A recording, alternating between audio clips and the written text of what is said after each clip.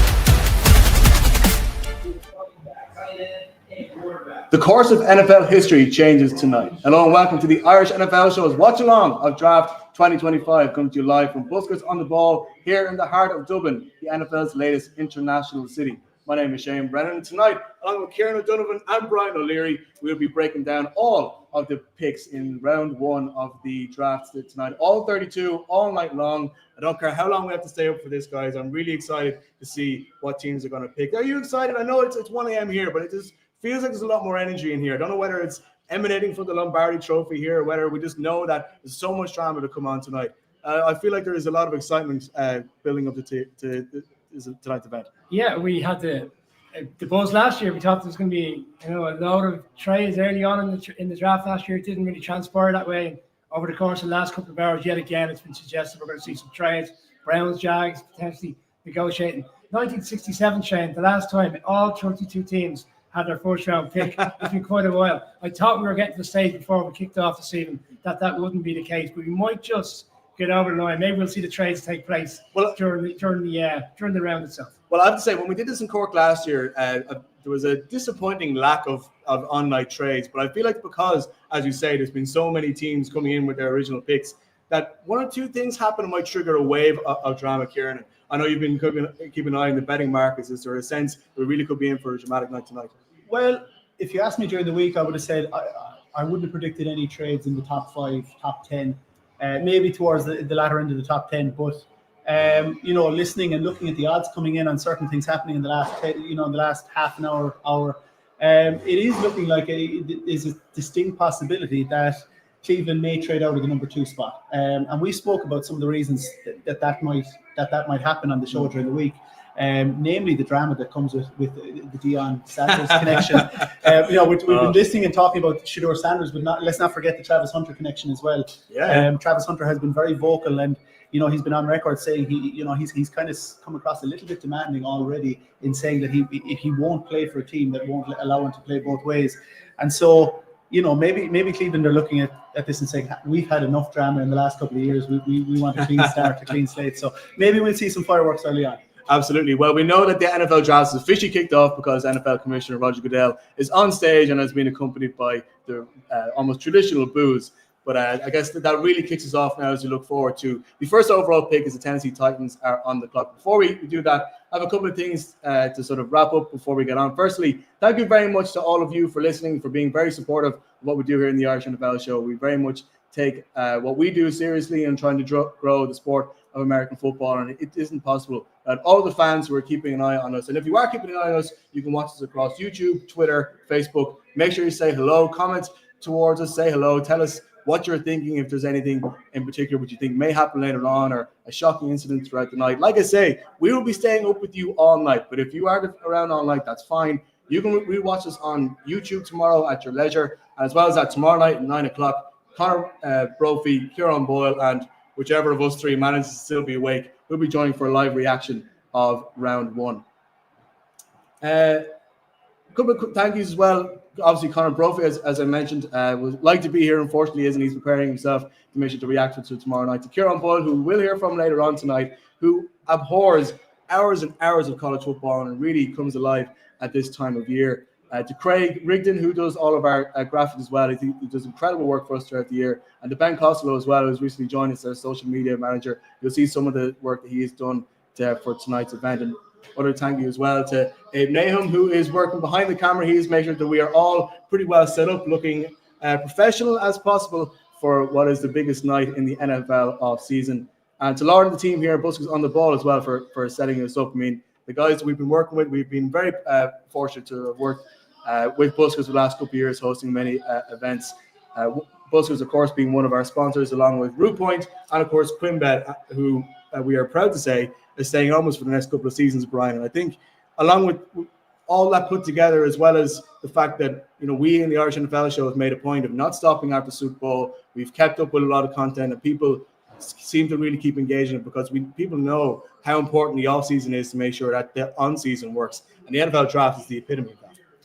Yeah, I recall just in particular with QuinnBet. Obviously, you've announced today that we've concluded a deal for the next 2 years, which is great for all of us. As you've been on the show, kind of solidifies where we believe we are in terms of the content that which we bring to all the fans which watch the show yearly and off season. You said off season, regular season. It's not just about the league season for us. It's about everything that takes place from the combine to free agent to draft schedule mid-May. Then it dies down slightly before we get ramping up for next season. But next season's a huge year. When I met Niall from QuinnBet last week and we were having the conversation, Conor was involved. We were talking about the enormity of where the NFL is in the landscape in this country. A game to be played here, we believe, late September. It hasn't been confirmed yet. Huge opportunity for all fans to get to Croke Park. It's going to be, I can only imagine the demand when the tickets do go on sale. We've got 3 international games in London, Madrid, Berlin. It's huge. It's monumental. It signifies why we're here tonight doing this. There's people on all hours of the morning. I remember last year in Cork, Conor going, my God, the number that was still viewing the show at like 4 a.m. and it was a very quiet draft. I don't think it's going to be as quiet this year, but at that stage it was, and people are still up watching, and we really appreciate everyone who supports the show throughout the course of the year. Absolutely, and thank you for anybody who will be staying with us by 4 a.m. Let us know, by the way, what you're drinking is trying to keep yourself up this long. Because I have water, which is about as crazy as I get. Maybe might dip into a cup of tea later on.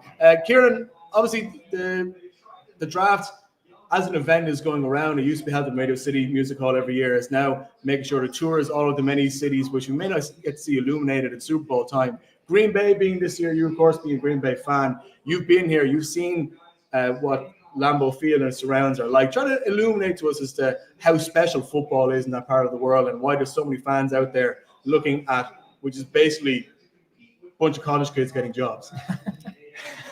Yeah, look, when you start investing in the NFL as an Irish fan, you look for a reason to choose a team first of all. And I'm going back to when I started to become intrigued by the sport. I was looking at different reasons, looking at different ways to justify following certain teams. And I just kept getting drawn to the Packers. I think more so than anything, it was the history. It's the fact that, look, they're an absolute outpost in terms of it's such a small city, such a small market, a small town. They're the only publicly owned team or the franchise in the NFL, and there's a romance to that as well. It's just everything about the place speaks to the history of the league. And I was lucky enough in 2023, New Year's Day 2023, to take a trip to Lambeau with my wife. We went to Milwaukee. We got on a bus in Milwaukee and took the journey up to Lambeau Field to see Aaron Rodgers' last ever win in Lambeau Field as well against the Vikings. And I have to say, if you approach any other city in the United States, you're immediately drawn to the skyline, the cityscapes, the big tall buildings. What hits you when you approach Green Bay from a mile or two out is the stadium. That's it.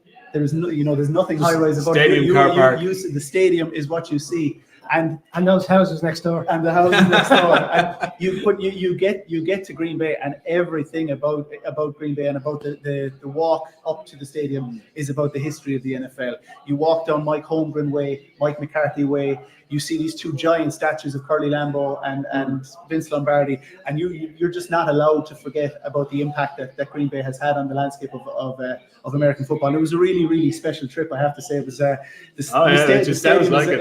It sounds at the same time like 1st of January in Green Bay, so it's freezing. At least the weather looks kind of all right as we're watching it. By the way, in case you see us like pointing, there's a big TV screen. We're seeing the NFL coverage behind you. I'm not just sort of pointing it at a wall. 6.5 minutes left, Shane. I wonder what Yeah, let's get on to that, because about 6.5 minutes we say before the Tennessee Titans make the first pick.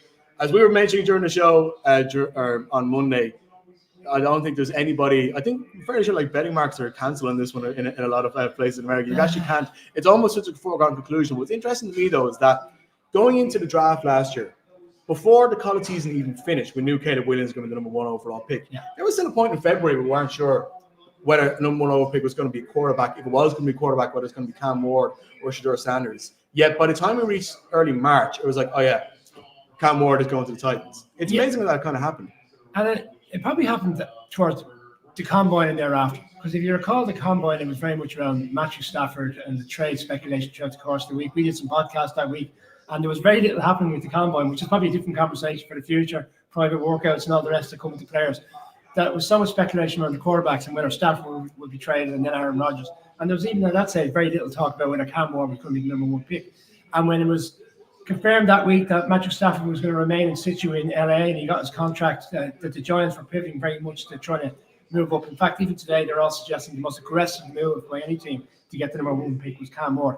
And very quickly thereafter, after the pro day, like the Titans started to cancel all opportunities to talk about the quarterback, Shedeur Sanders. Well, even the Titans brought they talk about bringing the house. They brought all their social media guys, everybody in the front office. I'm pretty sure they bring the janitors and everybody else and people who work the car park in Nashville. Everyone seemed to go to see Cam Ward play. Yeah, and you touched on it very well in your interview with Judy Batista of NFL Network. You made that point. They brought the house. They brought everyone. There was no one left in Tennessee that particular day for the pro day. But that signifies for one reason. The pick is in. It's funny. The pick is in around 7 minutes. We said earlier, will they really wait 7 minutes? And I said the only reason they'll be waiting 7 minutes is some bizarre, chaotic GM in the league decides to throw a ridiculous offer such as 3-1s. But look, we know what's coming in the next few minutes. Cam Ward is going to come out on the stage thereafter. But look, the Titans, we'll probably get into when the selection today. But I was interested in a piece around Brian Callahan. Brian Callahan has built his career up to a stage now where he's a head coach. And people got to factor in he was offensive coordinator with the Bengals that went to a Super Bowl, and it was Joe Burrow. He worked with Peyton Manning. He worked with Matthew Stafford. Then he worked with Joe Burrow. They're bringing this quarterback in because they genuinely believe when they gave him the job last year, one, that he could correct the situation with Will Levis. That hasn't transpired. I put my hands up. I thought he could. I'll come back to that one. I'll come back to that. Yeah, and that's why I had them going to the playoffs, and now here they are picking up the number 1 pick in the draft. So I hang my head in shame. But they obviously firmly believe this is the guy, as a head coach, that can take this guy and not only just look. We've seen quarterbacks come in. We saw CJ Stroud his first year, fantastic. Difficult second year, and it's going to be lovely the same in this instance as well, because this Titans team are going to. I wouldn't say they're going to struggle. They're going to have a bumpy road, shall we say? But look, you look at the tape. He looks like a fantastic quarterback, and by all accounts, as we got close to the draft, he was miles apart from the other quarterbacks. Yeah, but the big thing about this, John, and I'll link back to the Will Levis thing, because that was something we disagreed on ahead of the season. You were like, why did the Titans make the playoffs? I was like, yeah, no chance of this, pal. But I won't more than that. I just came off a holiday. I think I had sunshine. What? Somebody in Spain was telling it. Sorry, Roger Goodell is coming on stage. We're about to find out anyway, guys. So it might be Cam Ward. So maybe we should hold off. They could end up picking somebody completely different.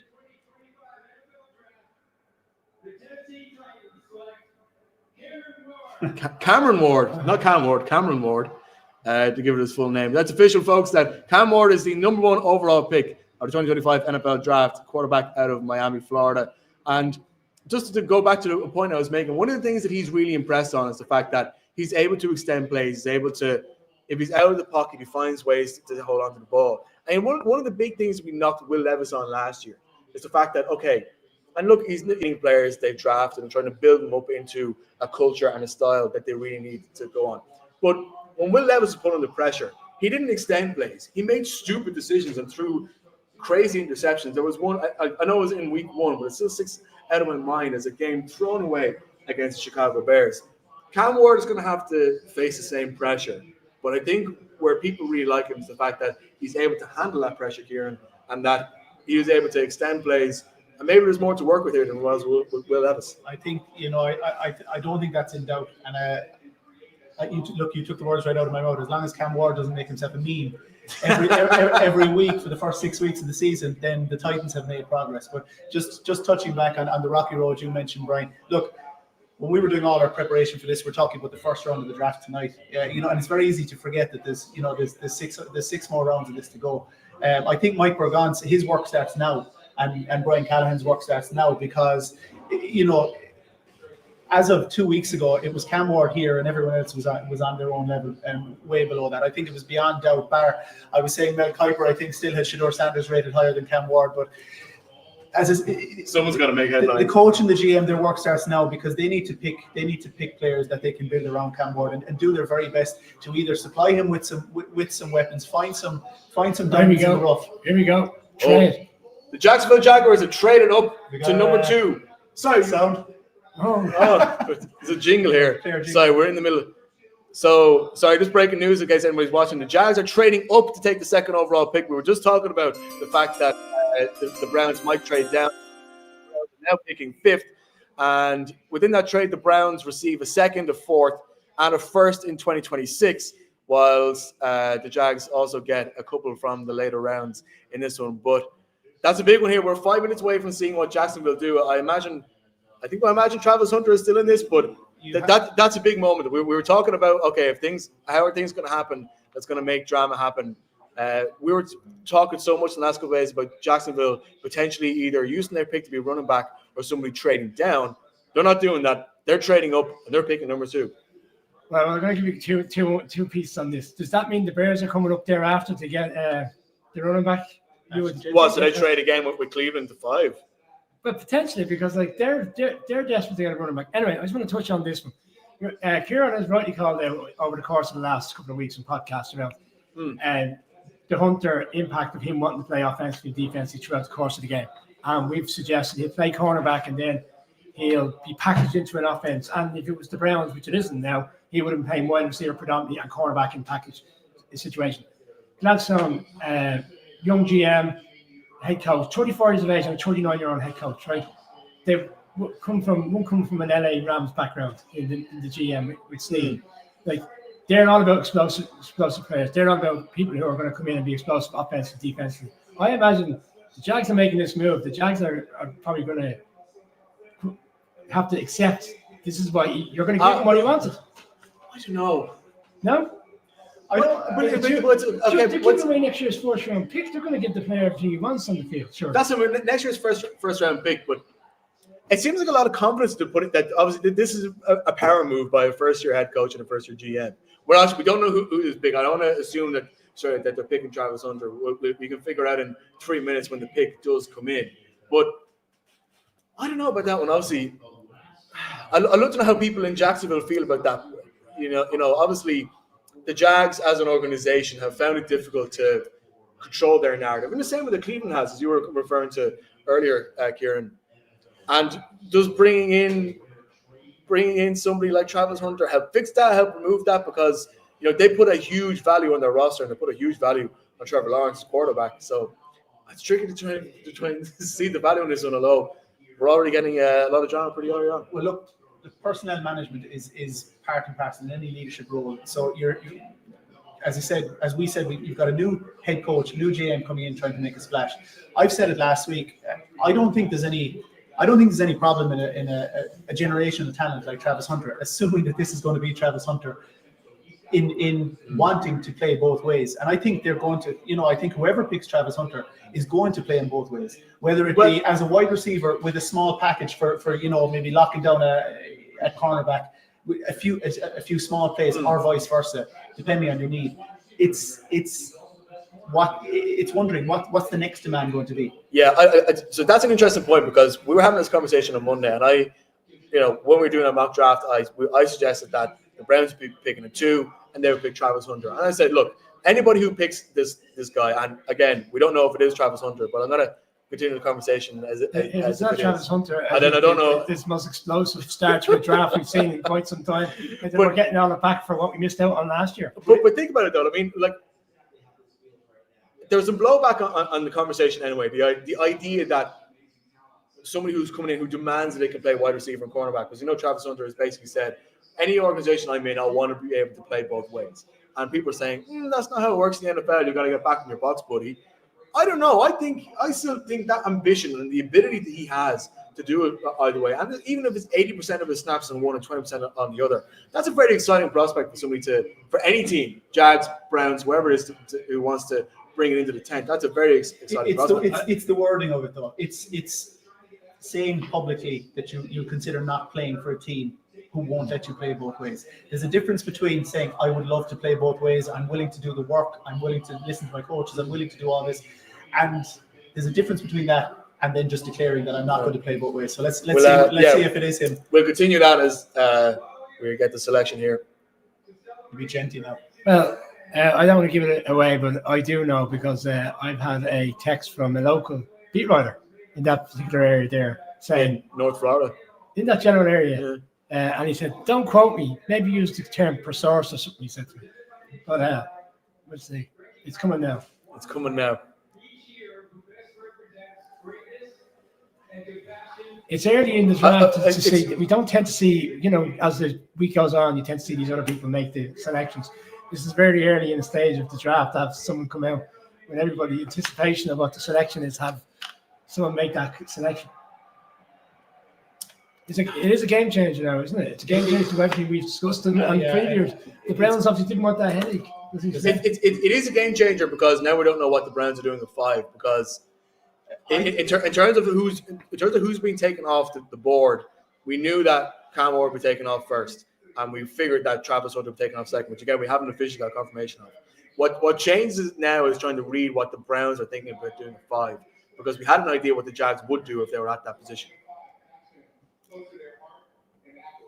This guy's going to make a bit of a speech, so yeah, we've a bit to wait. There's a speech to be had here. But Shane, it's the dominoes that will fall now. Again, if this is Travis Hunter, all of our top 10s are in this arena because it pushes everybody down. It makes another player available to every team in the top 10. Well, I'm glad. I was going to ask at the top of the program, what would you change with your mock drafts? I would definitely change my statement where I was like, the draft doesn't really start till 3 anyway. Number 1 and 2 are locked on. The draft started at 2. We're getting the Jag selection now. Crimping the page. They're certainly dragging this one out. Yeah. There we go. Officially. Travis Hunter, quarterback / wide receiver / cornerback / wide receiver. What do you think of his outfit, Shane? Heisman winner out of Colorado. And I like the pink. The pink and black. That's a very pink though. That's like Barbie level pink.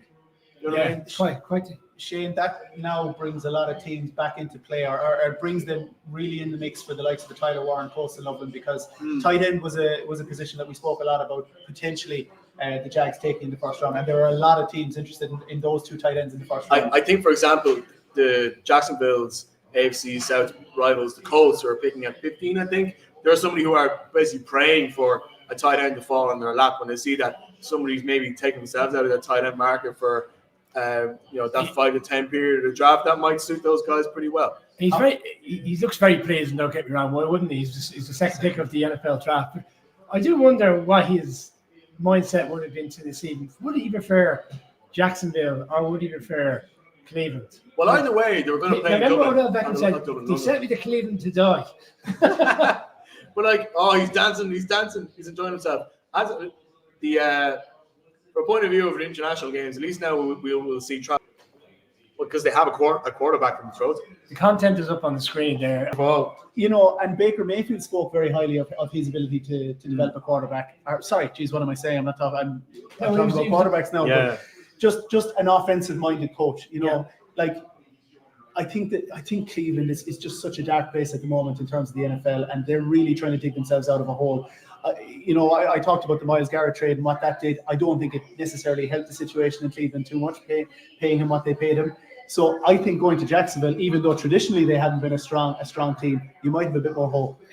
What you talk about Miles Garrett, if you recall a couple of months back, Miles Garrett did a podcast. If you can't recall which particular platform it was on, but they were saying, what was the strategy? What was the plan? What was the conversation around why you would remain in Cleveland? Bear in mind, you wanted to get out of there, and you talked about wanting to win a trophy. And it's the cynic that says, well, once the money came down the line, he quickly changed his decision. But if you watched that interview, he was suggesting, no, they clearly outlined there's a plan going forward. And it refers to the draft. And said, oh, so you know what they're going to do in the draft. And he was smiling, and I wouldn't say he was chirping, but he was certainly seemed very confident that it was either going to be Travis Hunter or Abdul Carter. And I kind of talked about Abdul Carter because he gets to play alongside a player that's significant who potentially goes the next selection in the draft.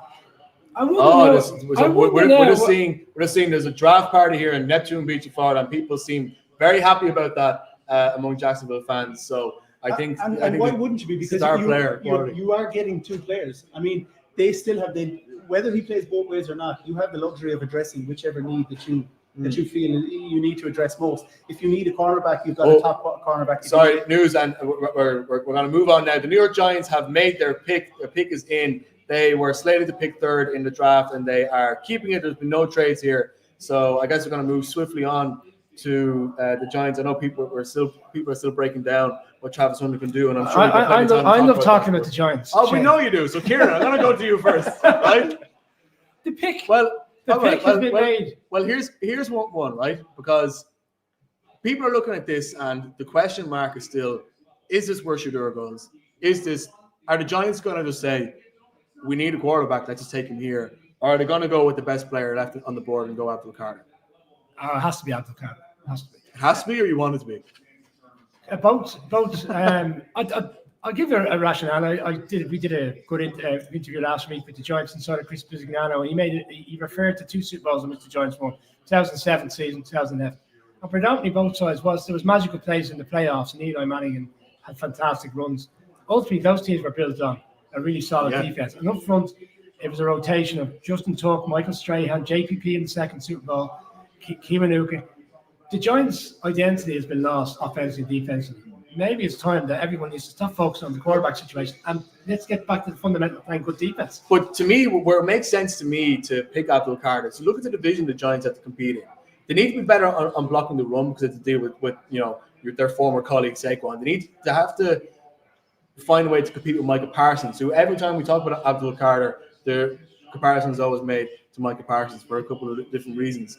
And of course, as well, with the Commanders being a resurgent force as well, trying to close down, what they're able to do swiftly is going to be a very important thing. So we have Roger Goodell on stage now to confirm what the Giants' selection is. There it is, Abdul Carter. But the other thing as well, Shane, I think it keeps them firmly in the mix for a quarterback later on in the first round if they feel like they want to trade back in or use that early pick in the second round. I think there is plenty of maybe not top tier level quarterbacks, but the next level, if you will. Shedeur Sanders could fall to them again. Jackson Dart, Tyler Shough, Milroe, all these guys. I think at least one or if not two of them are going to be available to the Giants again if they want to address quarterback. Well, in terms of the qualities in Carter, are you happy? What is it you're looking for him to do?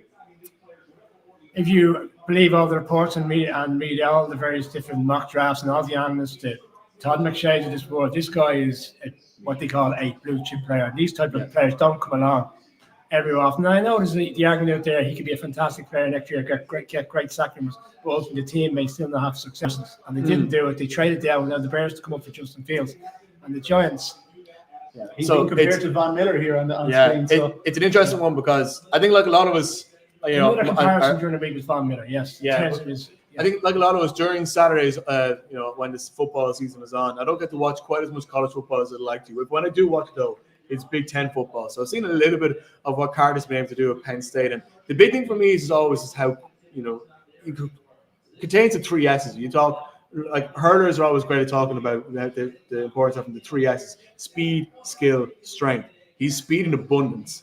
He's strong. And I think he's skillful enough that if he can see a moment where there's a man blocking him, there's a quick turn in it as well. I think it makes him very dangerous. What? Is he risky? I don't know. I'm not quite sure if he can flick a 65 in the wind of Parky Queeve or anything like that. But they showed MetLife there, Shane, and I've been through somebody drafted the New York Giants, we were watching it like be like, oh. Yeah, tonight they're obviously There's very, life in MetLife. very pleased with selection. Joe Shane is wearing a suit like, well, that's an unusual selection. Maybe. I like Joe Shane's suit. I would say. Interesting. I like it. He looks like he's presenting a sports program from like 1984. Like that pick went in very quickly. So like the homework was done. That was the selection. They were never like, despite speculation today, it was all being led with potential moves of the Brown. But where the speculation comes from is the fact that out of all 32 NFL teams, nobody's done as much research and knows as much about Shedeur Sanders as the Giants. Now, does that mean that by the time we get past the 10th pick, and we're thinking about Seahawks 15, the Broncos at 20, even later on in the 20s, that the Giants might be able to find a way to move their, they're picking second in the second round, to move that up into a first round pick and get the quarterback. I always thought the Falcons at 15 was the one to keep an eye on because they've only got 5 picks in the total with the entirety of the draft. If it goes beyond 21 and the Steelers haven't selected Sanders or Jackson Dart for that matter, then the Vikings are another interesting one. I think they're 24, 25. They've only got 4 picks in this entire round. There's also the possibility that they did all that homework on Shedeur Sanders and weren't satisfied that he was the guy, and might just completely forget about him. Yeah, do you know? I guess so to trade up to get Jackson Dart instead. Possibly. That's what we know. Nobody likes him. Then we've seen the race. I said to you guys a while ago, Dan Orlovsky reckons Jalen Milroe is the best of what's left in terms of quarterback. But now we're 3 for 3 in terms of the draft order. We just don't have the right team. Okay, I've played all the right notes, not necessarily in the right order. I want to know. You guys shut me down on the possibility of the Patriots picking Ashton Genty last week, but I still reckon someone might come up for him. Well, as we're watching here, the Patriots are on the clock, but there is no news as to whether it's a trade or whether the pick is in. I definitely think that the Patriots are doing their best to trade it down because I think the Patriots war room was hoping that Shedeur Sanders was picked in the top 3 so that either Carter or and bear in mind, Travis the clock starts ticking when the pick goes in. It's not when we see the selection on the screen. So the clock has been ticking. So at this stage, you would. So I definitely think there's a few phone calls being made in the war room. I think what we're going to see in the next half an hour is teams going into the trenches really for the most part. You know, O lines, D lines, things like that. Yeah, absolutely. With the odd surprise throw in maybe. The pick is in. So here we go. And they're going to a break, I believe. Shane, which kind of signifies where your Patriots are at. They don't even great. We're in the outbreak, guys. My God. Nobody really cares what the Patriots are doing anymore. Moving on. They're holding fire for now, Shane.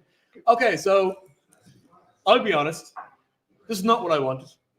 I wanted the Patriots to trade down and try to get more draft capital later in the rounds to try and build to the fact that as a team, the Patriots have more holes that can be fixed by a 4th overall pick, especially because whoever they pick, unless it's Mason Graham, who I'm a big fan of, whoever they pick, I think will be pound for pound a bit of an overdraft. Now, I know most of us are expecting Will Campbell, the offensive tackle from LSU, to be this pick. I think the majority of mock drafts have that. And look, makes sense. What's the greatest asset New England have now? Drake May. What have we got to do? Make sure he doesn't get hit because, fairness, Drake May sometimes when he plays, he actually puts himself in dangerous situations. So the more you can protect him, the better. But for me, I don't know what kind of offers to put on the table, but I would have liked to see them trade down. Well, sure. But again, I'm coming back to running back. I know it's wishful thinking, or not that I'm a Patriots fan or anything, but I look at Saquon and the effect that he had on the Eagles, and you talk about wanting to do everything you can for your new quarterback. Doesn't running back not help to boost? I mean, look at what Saquon has done for Jalen Hurts, and look down through the years. I could give you 10 examples. I'm gonna say that phrase is gonna trigger about as a half our viewers, right? That's might be a good plan. It's not the Patriot way. Yeah. The Patriot way is all about bolstering your offensive line, and then if you have the one quarterback ran and you have 2 or 3 running backs to spread the love to, and that's the way you do it. You can get those guys in the 3rd, 4th, and 5th round. But when it comes to making sure you protect your guys in the trenches, you use your first picks on all linemen. I think that's what it is going to be. However, they could decide to completely differ from the past as they did by picking Drake May last year. So I don't know. Well, you could say the Patriot way walked out the door with Bill Belichick. And maybe, the Patriots way just tanked. I get the fact that Mike Rabel was a big part of it, but you know, they want to get better in a hurry. And as I said the other day, when you look at the likes of an Ashton Genty, he's the next guy after Carter and after Cam Ward that everybody is hyping up to be a generational player. He's being compared to Saquon, he's being compared to Derrick Henry, he's being compared to all of these elite running backs. And Which is why I wanted somebody to go up and try to give us the Will money. the Browns take him a 5? I definitely think the Browns Because will take him. you think of their I know running that. back room, which has been shaky over the last few years, in particular since Nick Chubb had that. Yeah, horrific Nick injury. Chubb really He came back last year, but he's not. how many picks did they get in that trade? It's I off the wall. they then was switching. The main thing they didn't get a first rounder next year. Okay. So I look up to you, man. let's say if the Jags end up being the worst team in the league, and then the Bears, not the Bears, the Browns have the first overall pick next year. But that's looking way too far in the future for that The one. Jags are going to win the Super Bowl now. They're going to win the Super Bowl now because of Travis Hunter. Yeah. So Travis Hunter is going to score the winning touchdown and get the winning Get the interception. winning interception, yeah. What are the odds on that? Well, I suppose for that, the Shane's Jags have to number make 2. Super Bowl. The Browns will receive the number 5 pick, which is coming up. Number 36 pick, which is the first pick of the next round. First pick, yeah, Or the round 2, 36, yeah. 126 pick, 2026 first round pick. They sent back 104 and 200, which are later rounds. So Yeah. I think that helps them more than taking Travis Hunter. I think getting the extra, so long as long as they don't waste them. So here we go. We actually don't really know what this is going to be. The New England Patriots select Oh, we do. Will Campbell, I think that offensive was what, tackle from LSU. So not Genty.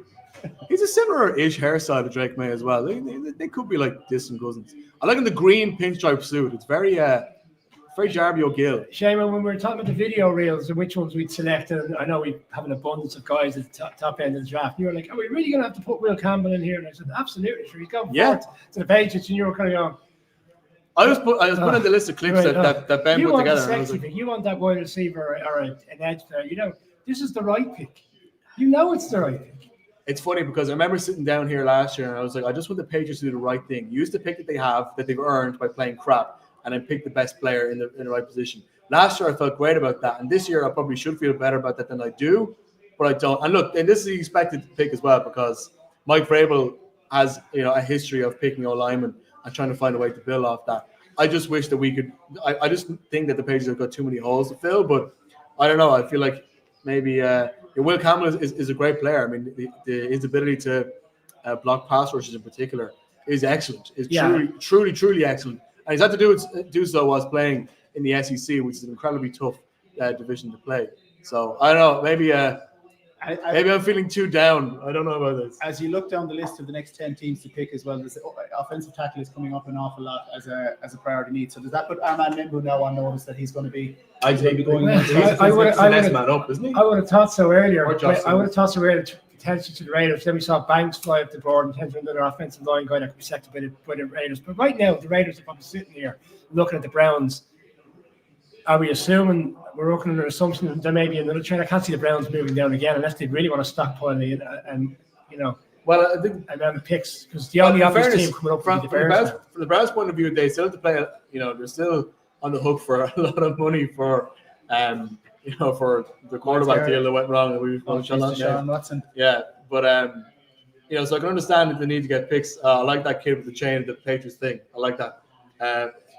But still on the hook for a lot of money there. Maybe you try to draft away out of the problem by stockpiling a lot of players. But then, of course, you have to try and trust your coaching to get the most out of those guys anyway. So I definitely think getting next year's first round on top of everything else really strengthened Cleveland's ability to build success in the toughest division in the league. Yeah, it is the situation they put themselves in through Deshaun Watson and to an extent to Myles Garrett means that it's going to take. It's not going to be a 1 year rebuild. It's a couple of years before they could really hope, I think, to be properly competitive. And I'm looking there at the list. You're looking at quarterback, offensive line, edge, running back, wide receiver. It could be any one of those positions, but. You reckon Genty's a strong possibility because of the fact that he's the best player left, or because that's a need that the Browns need to fill? If I was the Browns, I probably wouldn't take. Wouldn't take Ashton Genty. I'd probably stick to what I thought originally, which is the likes of Mason Graham as a defensive player to play alongside Myles Garrett, because the identity of this team next season again will be defense. Is it a Mason Graham? You bring him in. another stellar player on defense. Maybe that's like they said to Miles Garrett, yeah, we're going to give you another player to play alongside. And he was really chirpy about that, and he assumed it was going to be Anthony Carter. Then all of a sudden it was like, okay, well, it's not Anthony Carter, it'll be Travis Hunter. Yeah, I could definitely see that. The pick that would blow it up a bit. The pick isn't in originally, for Cleveland, by the way. We've yet to see anything flash up around that. But Would they take sorry, it the out? pick is in. pick The is in. second time I've cursed that. yeah. So the pick is in. Cleveland are picking at 5. I don't know. I understand. I understand the need for a defensive player. It keeps everybody happy, and of course it is an area that they need. But is the prospect of that star scoring power just too sexy to leave alone? Do you know what I mean? If you're the Browns, is Ashton Jeanty it's somebody that you're just gonna pass by? Are we all ruling out a quarterback? Are we all ruling out Shedeur Sanders here? At this stage, absolutely. Well, if they wouldn't take Travis I'll Hunter, ask you a question then. Just the running back taking pressure off the quarterback. So who's going to be the quarterback next year? They brought back Joe Flacco, and they've made a trial for Pickett. Is it between those two to be the quarterback? I don't think so. I think they're going to bring someone in at some point to compete. I know they are picking at in the top end of the second round, so they could potentially pick up a quarterback there. Like, do they need to use a 5th overall pick to get that quarterback? Graham is on the list, and I think it's between those two. Look at the way it's playing now. It could be Jeanty, but then again, sometimes you don't go with the best player. You go with the biggest need for the team. We talked about tight end a while ago as a possibility for the Browns, but I think they're not in a bad place with David Njoku if he can stay fit. Well. If he's healthy, he's a decent. He's a top end tight end. Yeah, I'm not quite sure if they'd use this on Tyler Warren and Colson Loveland. And again, what's their receiver situation? There's probably not a wide receiver of the quality that you want to be picked at this stage. This was going to be really interesting actually to see what way the Browns are picking here.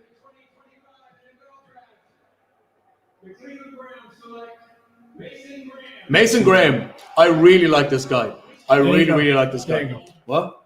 So I mean.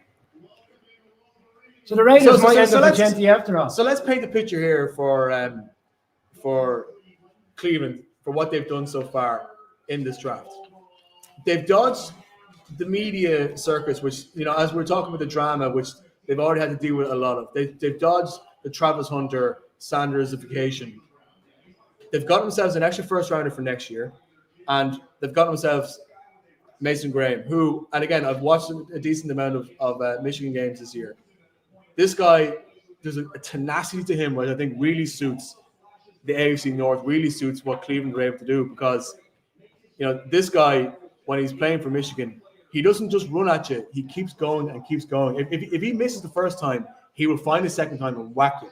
Yeah. And if you're looking for someone to try and chase down Lamar Jackson, you're looking for somebody to try and keep Joe Burrow quiet, you need somebody who has a tenacity that if they misstep the first time, they will actually go at it and go even stronger for the second attempt at getting to the quarterback, getting to the man with the ball. And this guy has that in spades. I'm a really big fan of him. I think he's a very good player. And I think Cleveland have played this draft quite well so far. Yeah.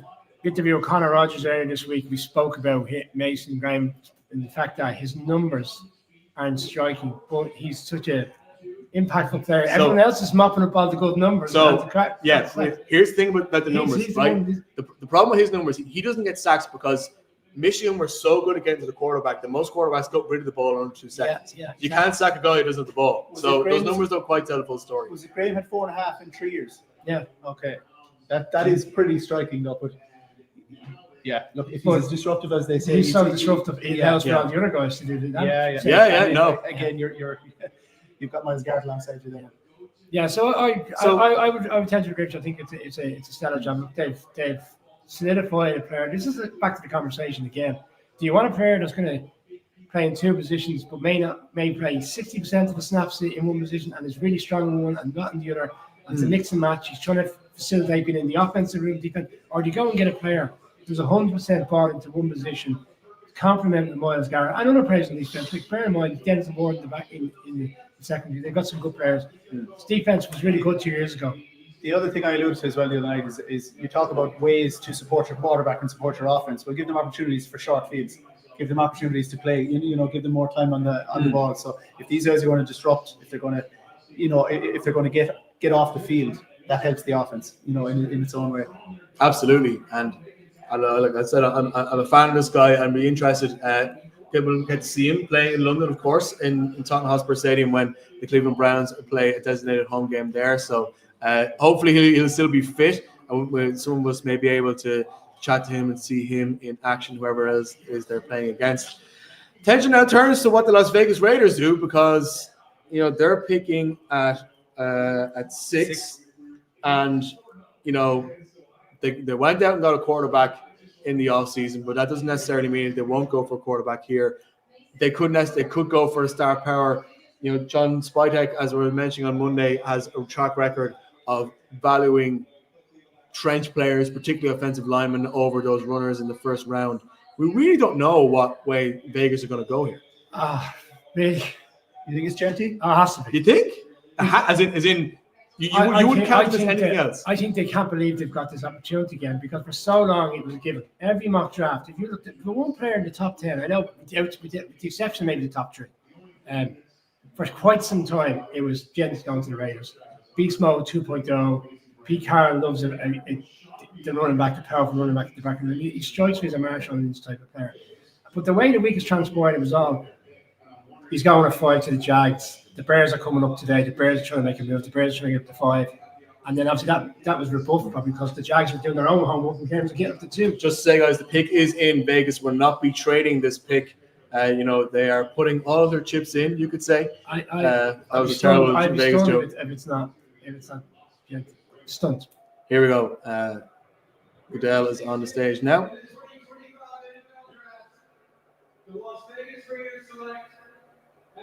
Here we go. Ashton Genty is the running back for Las Vegas Raiders. He looks like a Raider. Oh, he does actually. There's something about him. He has that kind of that Raider swagger. He's been used to running on the blue fields of Idaho State. He will be now running in the silver and black in Las Vegas. And that Boise State, excuse me. That leaves our man Membu open for the Jets to pick. Are they going to have is there going to be a battle now between Membu and Tyler Warren?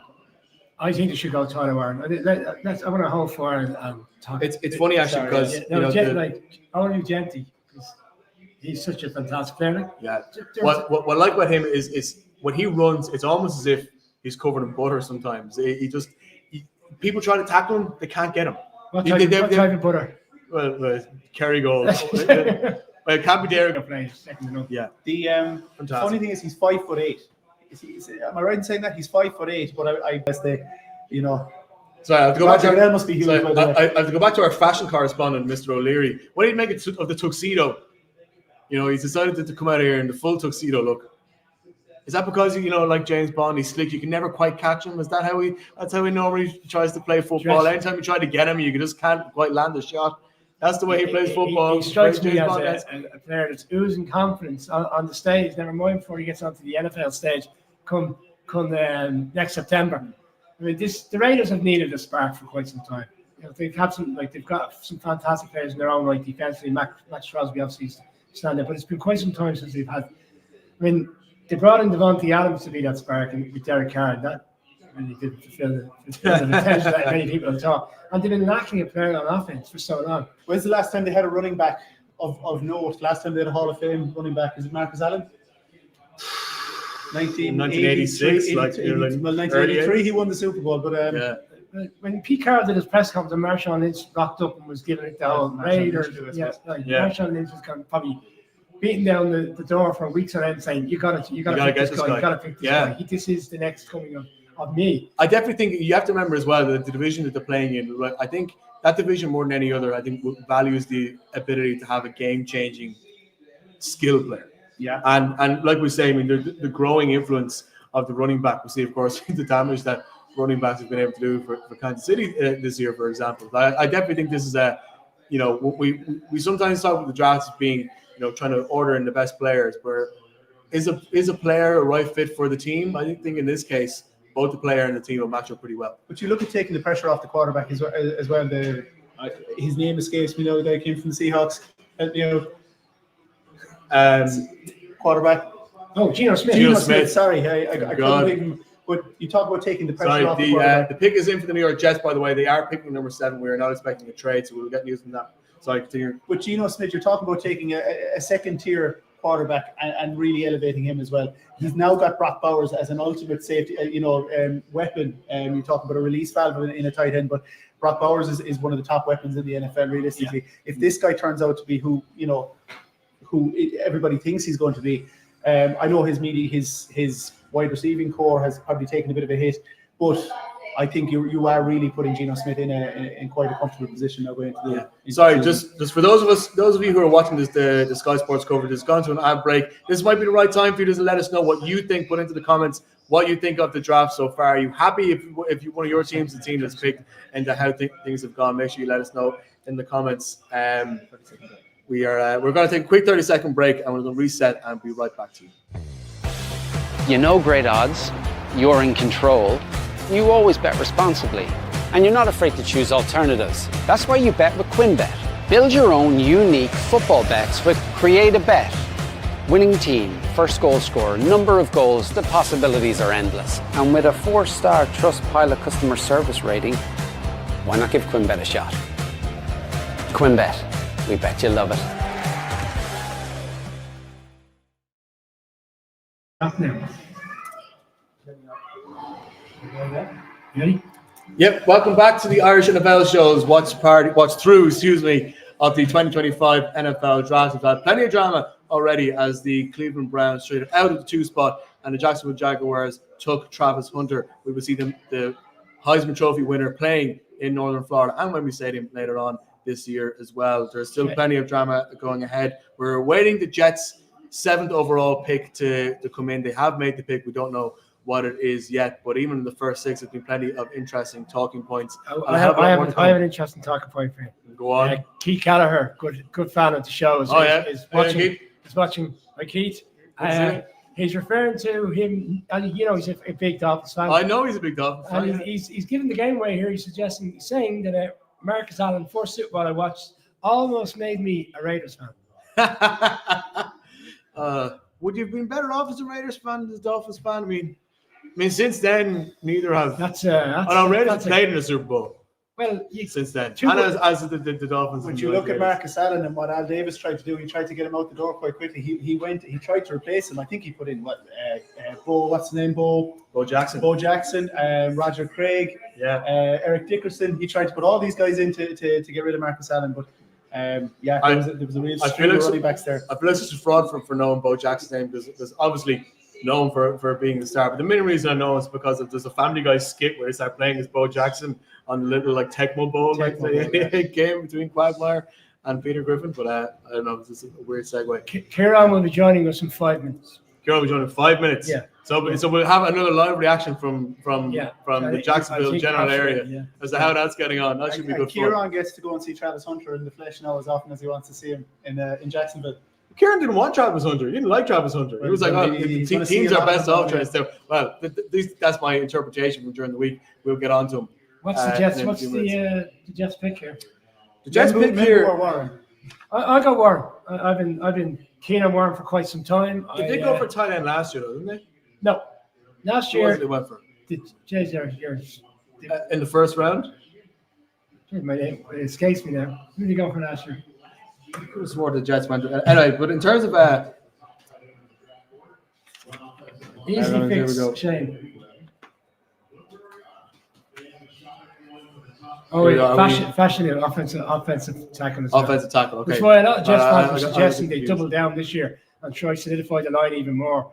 It is important though because in the context of the fact that they now have Justin Fields playing as starting quarterback, is it more important for him that you give him somebody to throw to, or that you make sure that he has more time to throw the ball? I think you gotta give him some his biggest challenge in Chicago was getting time to throw the ball. I think they're actually going to go for somebody to protect him.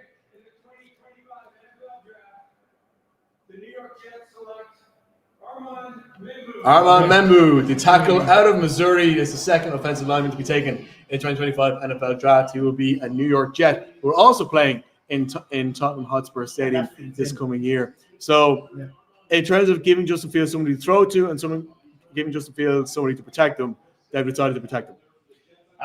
I think there's a lot of teams now in the middle of the board really happy with that, because you've got Coastal Dublin and Tyler Warren still on the board. So teams who might have been considering a trade up are happy to sit where they are now for the time being, at least. I think the Bears at 10 will go tight end. They'll probably have the. They'll probably have a choice. They'll probably have a choice between Warren and Loveland at this stage, unless. Well, actually, I expect Carolina to pick a tight end, but I don't know that. With the Panthers on the clock now, my gut for the Panthers is they go Jalen Walker, Georgia. Again, hybrid player, can play linebacker, can play edge. You did a piece there last week on him. Yeah, but it makes sense. To me, Jalen Walker makes sense because you look at the Panthers, they're 31st in the league in terms of pass rush, 32nd in terms of run stopping, and 30th in terms of sacks. That's quite clearly the biggest area of need that they have. And as much as Bryce Young seems more confident, I can understand why some people in Panthers may want to improve his options or improve their ability to protect him. They need to find a way to get off the field because they're in a very winnable division. The pick is in, by the way, for the Panthers. They will be making their selection at 8th overall. They will not be trading it out. But I definitely think they need to find a way to get that front line of that defense as strong as possible, as quick as possible. And that's the best way to do it, is pick Jalen Walker, the edge rusher out of Georgia. Yeah, and they've needed it since the Brian Burns trade. I mean, a lot of people feel that Dan Morgan didn't really do himself justice in that trade. Bear in mind, he wasn't the GM then, but by all accounts, you read the speculation 2 years out, 18 months ago, they were offered 18 months prior to the deal. They were offered, 2 number ones from the round to take Brian Burns, and they declined it. And then within 18 months, they're making a second round pick and a fifth round pick for the Giants. The Giants had a poor season last year. He didn't. He was really a good player for the Giants. You could see why they made the deal. They need to get someone back in like that to kind of re-energize this defense. It hasn't been the same. Conor Rogers on Monday's piece was talking about he thought this of all the top 10 picks outside again of the ones that went in the order that we expected. He thought this one looked, he wouldn't say a lock, but as nearest thing he thinks the Panthers would jump on him. So just on that, what a guy Conor Rogers is, by the way, just you were mentioned there. If you see during the week, he did a 6-hour live stream where they didn't just do his mock draft the first round, he did the full 7 and still had time to come on and speak with us as well. It's the busiest week of the year. So, so we're very fortunate to have some great friends of the show working at the highest levels of media in America. Sorry, Kieran, you were about to put it. No. Just a little note on the Panthers. Look, obviously they're another team with needs on both sides of the ball. I think the offense could do with being bolstered. I think that Bryce Young did show a little more production towards the end of the season. I think there's a bit more hope in Carolina that he's going to be better than he originally. The turning point being the game you were at, Brian. Who was that against in Munich? The great turning point of Carolina and Bryce Young's career. Who were the Panthers playing against Munich? That was a difficult afternoon in Munich. It was cold. I couldn't feel my toes on my hands, and I was watching the Giants literally dysfunction in front of my eyes between Daniel Jones. But what was evident in that Panthers team was, after a difficult start to the season, they were very much playing for the head coach. Bryce Young had a re-energized second half of the season. And Adam Thielen as well. Adam Thielen, who came from the Vikings, was a real. But we saw the Panthers were very close to beating the Chiefs. They should have bet the Buccaneers at home, and the Buccaneers ended up up with a late comeback as well. So it's not a bad spot. Like, remember last year we were sitting here and we were trying to. I was feeling very sorry for whoever was going to end up in Carolina. So I don't know. Are we right? Are we all good to bring in Kieran Boyle? I believe he is on the line waiting for us from the Jacksonville general area where the Heisman Trophy is landing. Kieran, can you hear us? Gentlemen, how are we doing?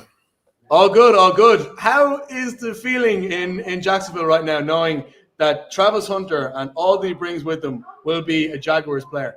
Yeah, huge excitement. And I was watching the Duval draft party up in Neptune Beach, just north of Jacksonville, and the place lost their mind. I mean, as soon as they heard that the Browns had traded back, they kind of expected the move for Hunter. It was either him or Carter, but I think everybody knew it was Hunter, and there was a huge amount of excitement. And then when the call was made, I mean, there was DJs jumping in the pool. It was a great atmosphere. Huge. I mean, listen, for what I said a few days ago that Cohen had to make a splash on offense. I didn't think it was going to be at this level, giving up a first round next year. But I mean, he's going all out. I mean, he's got to make the big moves. It's a huge season. Like I said a few days ago, they've got to start making moves on offense.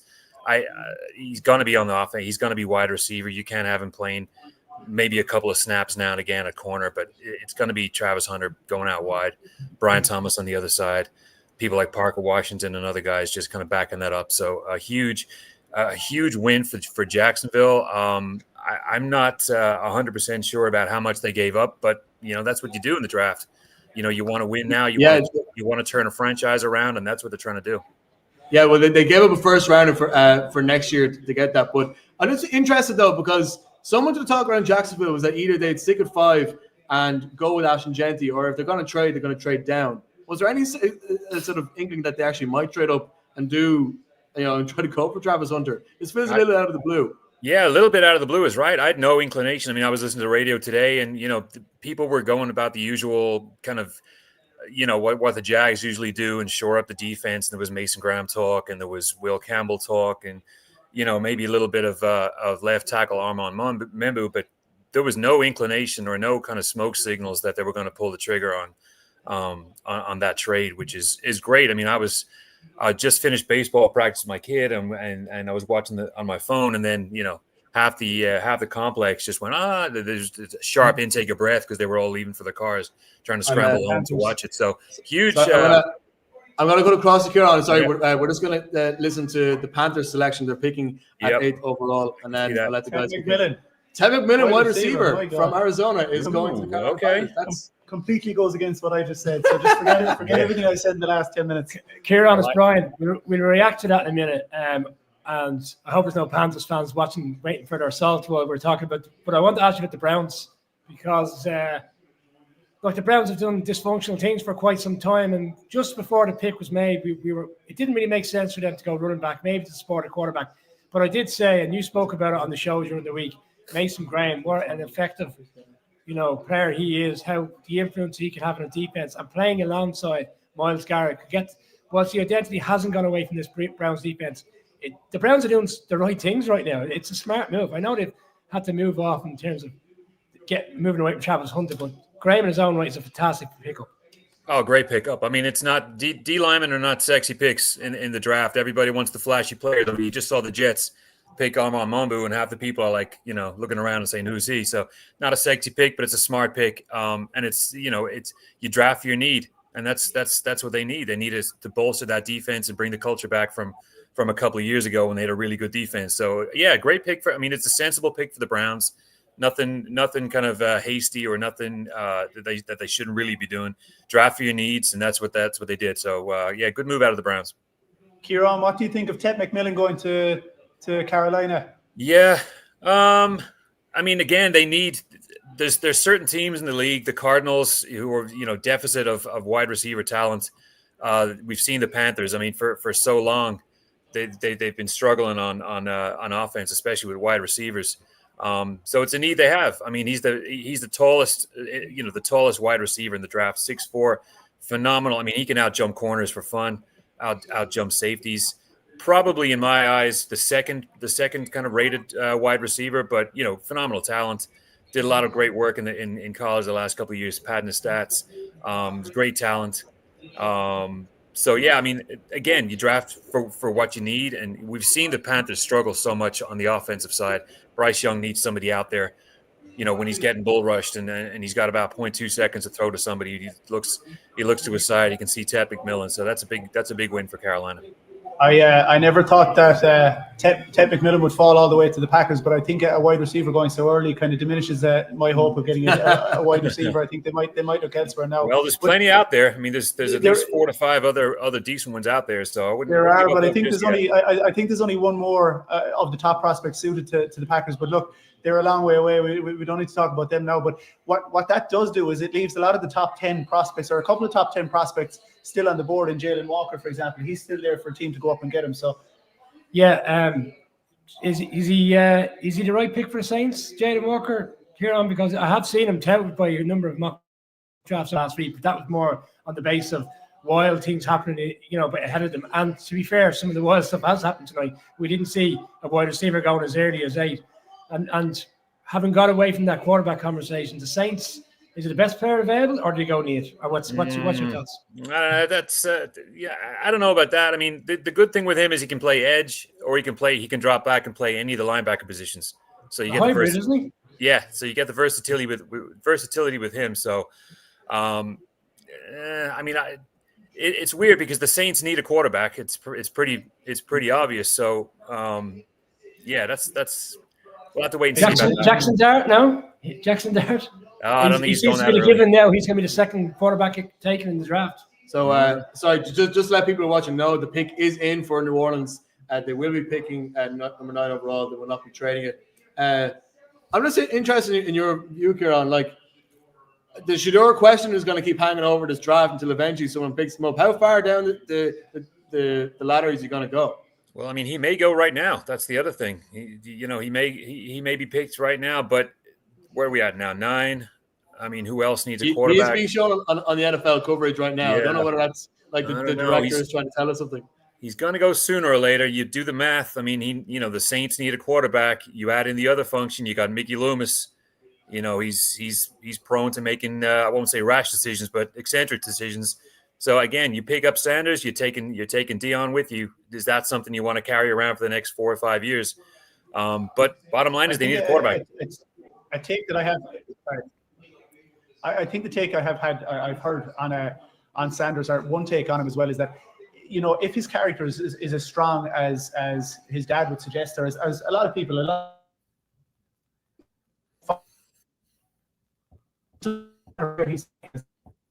because if he's got that strength of character to go and compete, money isn't the real issue for him. Money isn't the real issue with any of these these quarterbacks coming out of college now. But what stage is your ego hampered by the fact that there's so many teams who pass over you? You even think of the Aaron Rodgers mindset of trying to prove other people wrong, and sure that that drove you well in the early part of your career. Like, to what extent does that kind of mindset being passed over affect you? I know we're talking about Shedeur as if he's being picked for the Saints. We don't actually know that. We are about to find out now who the Saints have selected. Roger Goodell is on the stage.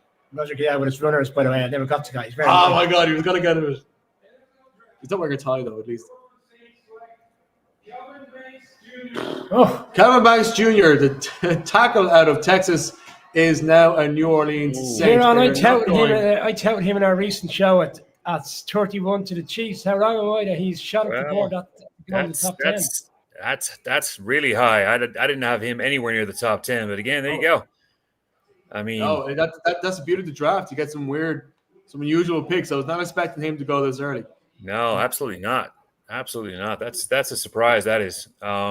But again, 14 was the earliest I had him as a possibility. Yeah. Tight end to the Bears, Kieran? You got to say at this stage, I mean, Tyler Warren is it looks like it's destined to be. Yeah. I mean, this pick though with Kelvin, I mean, great player and all that, but I don't know. Is that what the Saints really need above anything else right now? Is a tackle? I don't know. And that takes another. Yeah. It takes another offensive lineman. The only thing though is I have heard a logic that in New Orleans that they're going to just use the pick, which in 2 or 3 years' time is somebody who will still be a strong player on the board, and that the idea is to effectively tank. Don't go too mad on skill players this year. Try to bulk up on strength, and next year, if they have the draft capital, go for the skill players. Maybe even bring another guy called Manning into New Orleans. So maybe that builds into that thing, but. I don't know. Maybe that was a narrative that was just built by podcasts as opposed to anything else. The only thing on that, Shane, is that they do have 6 picks in the top 130 this year, so they have the draft capital this year to make a splash. So yeah, that's a good point. So why don't you tackle so early then? Shane is previewing next year's draft. We haven't even concluded this year's draft.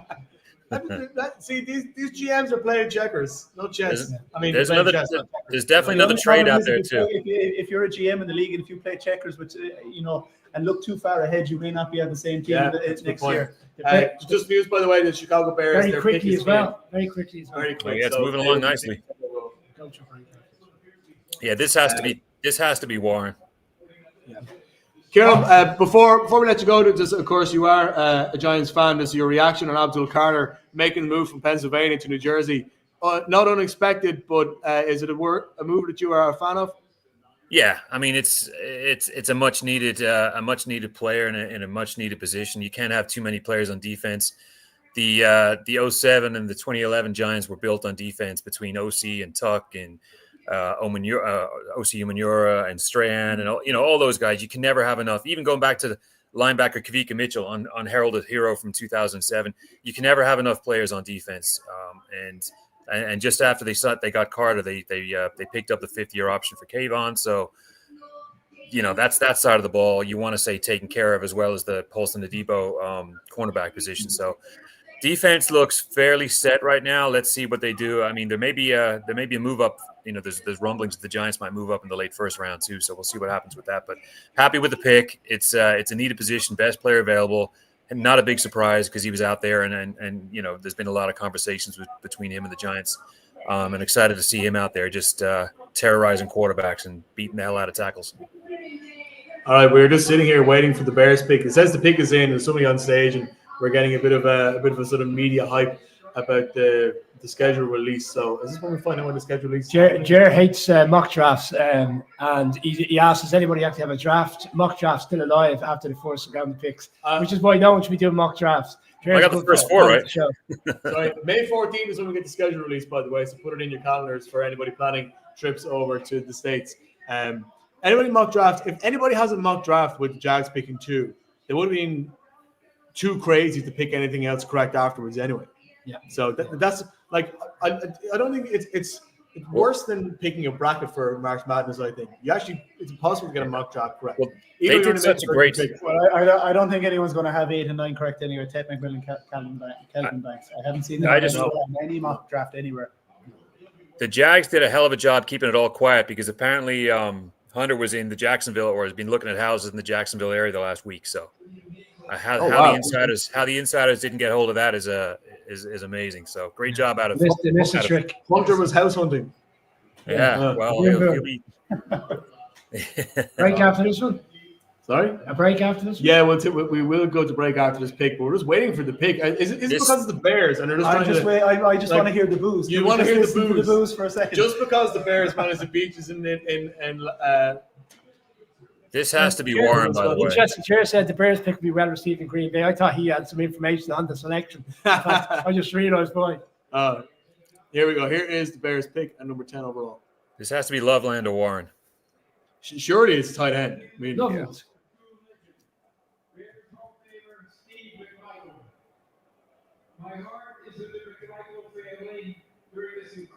What are the odds did it go for Jalen Walker? Just to mess with our heads. It has to be Tyler Warren. Tight end, but is it Loveland, the tight end? The way things have gone tonight, maybe, yeah. Loveland, like Loveland Warren. I mean, I can see good reasons for either. I don't think picking one over the other is well. Loveland is 1B. If Warren is 1A, Loveland is 1B. I mean, there's not a huge amount to pick. The only thing is Warren's size. He's enormous. He's 6'7". I mean, that he's got that over Loveland. This must be intentional, dragging out the Bears pick in Green Bay, just to antagonize the clock management on this is almost as bad as when the Bears played against the Lions on Thanksgiving. Oh my God, this is excruciating. Come on, all of Chicago is waiting. They're making such a big deal of the Bears in Green Bay. That's just. He's got a lot of people to call out. I think because the passing of a former great Bear, they want to commemorate his service to the team and everything that comes with that. Yeah, I can't argue with that, but I can still be frustrated at it. Come on. Here we go. The boos are in. The boos are in. Who are the Bears picking? Oh, yeah. Colson Loveland. The Michigan man goes ahead of the Penn State player, and he is the new tight end for the Chicago Bears. Thank you very, very much. I'm very, very pleased. I'm extremely pleased. What, you got love because you've been building up Loveland because for weeks. If you recall, Ben even turned to me and goes, how much richer does that make you? The bones of 1,000. You're joking. No. On that point, we go to a break. We'll be right back. Here on, we will let you go. All right, fellas. I'll be watching. Talk to you later. Bye-bye. Is it time for a break? I actually want to find out more about this. I actually up a grand. We'll jump to a break. We will jump to a break. Are we on a break? We are now. You know great odds, you're in control, you always bet responsibly, and you're not afraid to choose alternatives. That's why you bet with QuinnBet. Build your own unique football bets with Create a Bet. Winning team, first goal scorer, number of goals, the possibilities are endless. And with a 4-star Trustpilot customer service rating, why not give QuinnBet a shot? QuinnBet, we bet you love it.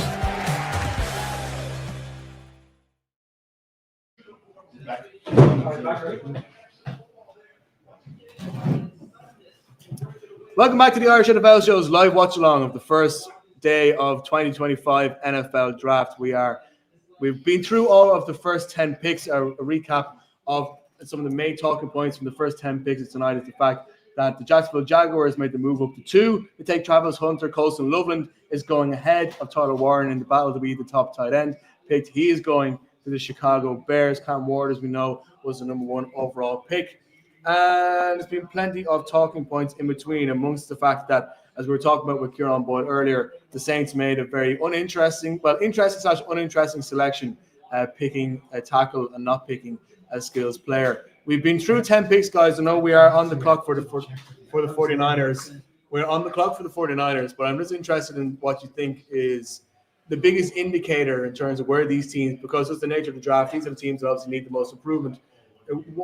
What do you think is the biggest indicator into how teams are approaching their plan to rebuild over the next couple of years? Well, before I just want to make sorry because we didn't really reflect on that selection because we kind of went to a very quick break.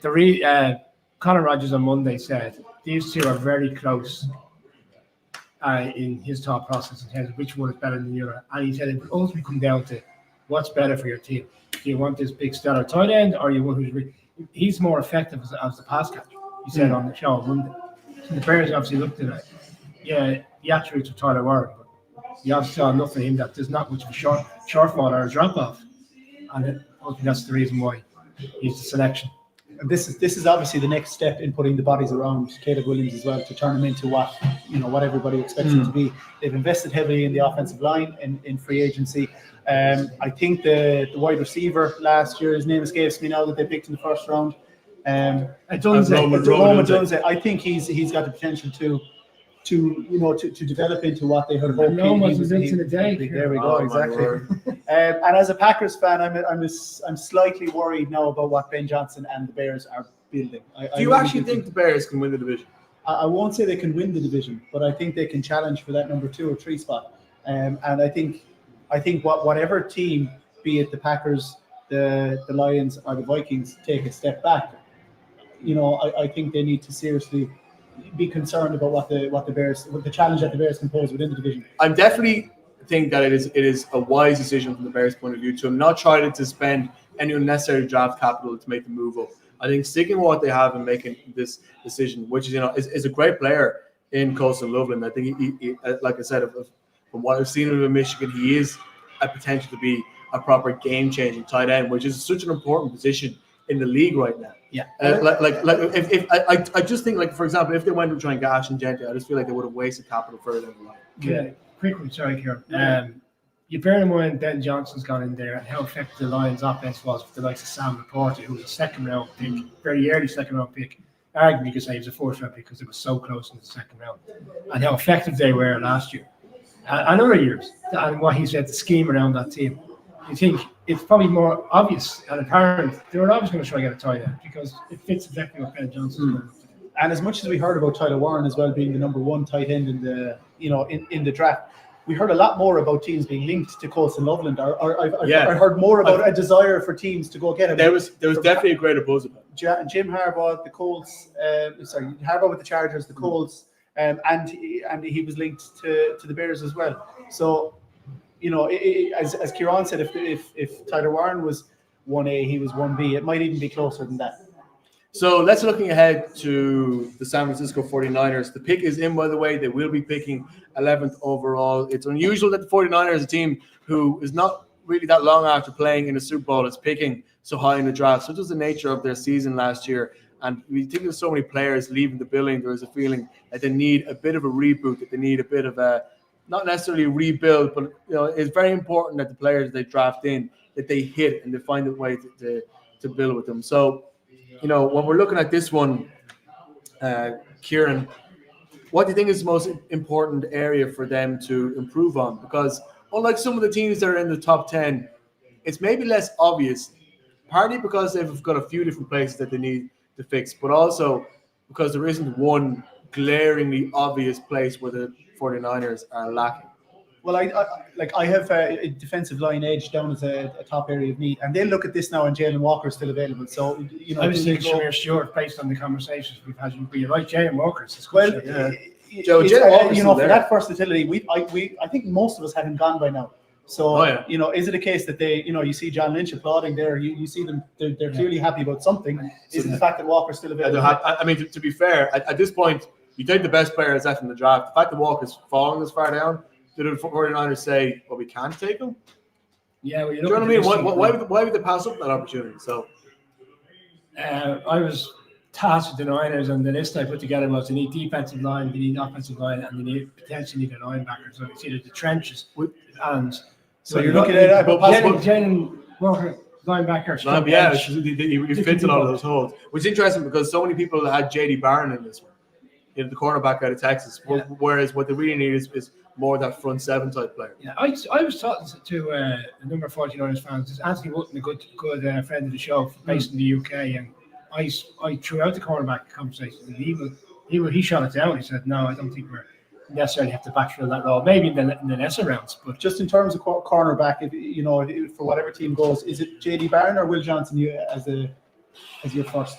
Ooh, J.D. Barron for me. Is it another 1A, 1B? Yeah, again, but you have to also. I mean, there's also schematic things about how much you work in each individual team. So we're waiting here for the 49ers pick. We know there's a lot of 49ers fans in Ireland. Hello, if you're watching, and let us know what you think of your pick when we hear it now from Roger Goodell.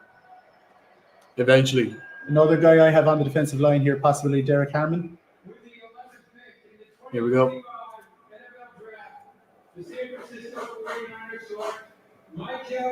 Michael Williams. Michael Williams, edge rusher out of Georgia. Damn, these Georgia defenders really, really. Bear in mind that everyone suggests he's a top 10 pick. He's on a slide now, really, isn't he? Big time. Because you've Dallas picking next, and all signs are that they're going to go out on the offensive side of the ball. Although he was linked with Ted McMillan. Dallas were linked with Ted McMillan. At the tight end in Dallas and no one expected, because everyone, even the guys that we've had messages in from Jer again, he's saying that Coles, Keats convinced as well, Coles will take Warren. Anyone might open the wallet for Warren? Is he suggesting maybe someone trades up to get Warren? Yeah, he's not going to go beyond. I don't know. Like the Cowboys to me, like they've obviously. I think offense is the clear area that they need to work on, because you look at last year, Prescott had the worst quarterback rating of his career. Now I know his season was cut short, but in the games that he did play, he's at the worst quarterback rating of his Cowboys career. What's the best way to fix that? And almost all of the success that Dak Prescott has had in the regular season, the strength has very much been that offensive line. The Cowboys, when they were winning Super Bowls in the early 90s, the strength is very much the offensive line. So does Jerry Jones decide to go back to making a Cowboys type pick and go for someone in the offensive line, or did it just look at the fact that Tyler Warren is on the board and take him? I think they would have been happy with McMillan, wide receiver, and Golden for me reminded me of that Brandon Cooks type of player. He's gone back to the Saints this year, but he was in Dallas previously. Electric, small. Take the top off of defense. And when there's Golden, the guy at wide receiver that can go there. The only thing is, if they want someone to complement CeeDee Lamb is the guy that takes the top off. So they want a more accomplished route runner. And I'm looking at the other two guys. That or you've got two more receivers there. You've got Jaden Higgins or Emeka Buka, who seem to be more established route runners and pass catchers in over the middle. So maybe a compliment to CeeDee Lamb. Again, Jerry's on the phone there. He doesn't seem to tell anybody. They're all celebrating, but he's not. Nick is in. It's a secret. Nick is in. It's his secret. Yeah, they're all high-fiving, but nobody actually knows. Yeah. The thing is, because it's Texas, they're actually just ordering a Whataburger, and all this going in, and everyone's like, "Yes, we're getting our Texas burgers coming in." They're handed over to the head coach, the new head coach of Dallas Cowboys. And again, I take it we're ruling out Marion Hampton as a running back here as well. Sorry, I just make a quick point just on. I'd be surprised on the last pick of Michael Williams, because I had a chance to speak to Jermaine Johnson earlier, who is the Jets linebacker who used to play for Georgia, and it's just incredible turnaround how so many Georgia defenders make the NFL grade. It'd be interesting to see who he plays, but also be interesting to see what the Cowboys do with their pick, and they have gone for Tyler Booker. The guard. We're getting Fucking absolutely in. Well, nothing we right. are getting ousted on offensive tackles. I'm glad now. We've made a valuable lesson for next year. We'll be over there maybe next year. But in terms of mock drafts next year, maybe we just do a mock draft to the top 5. Because we certainly won't be We're going to go that route as well. Can't go beyond 10 because Well, at least It's we got funny. half it right. We got a Well, Tyler. it's funny because last year Dallas Turner was the guy that we were like, is he going to go now? No, he's dropped. He's going to go now? No, he's dropped. And Dallas, the team, have really caught us out in this one because we were all like, come on, sure, this is the point where Tyler Warren gets picked up, and he hasn't been. Look, tomorrow the draft expert, Colson nothing to the Bears. I'll take it all day long. Look, And Jalen Walker, the Cowboys have done probably what they should do. This is back to the Patriots thing. You yeah, and most Patriots fans want to wake up tomorrow morning or go home in the early hours tonight for us in this instance, and you're going to go, oh, I can't wait to watch that player next season. You're not going to get the buzz out of watching Mr. Campbell, protect Drake May. But other players will benefit, and the likes of but CeeDee Lamb and other guys it's will what I was benefit saying. from This Booker. is a very Jerry Jones pick. You take an O-lineman out of the SEC, Tyler Booker, the guard from Alabama. You pick an area which is a need because the Cowboys are really, really value that offensive line strength, particularly with Dak Prescott playing under center.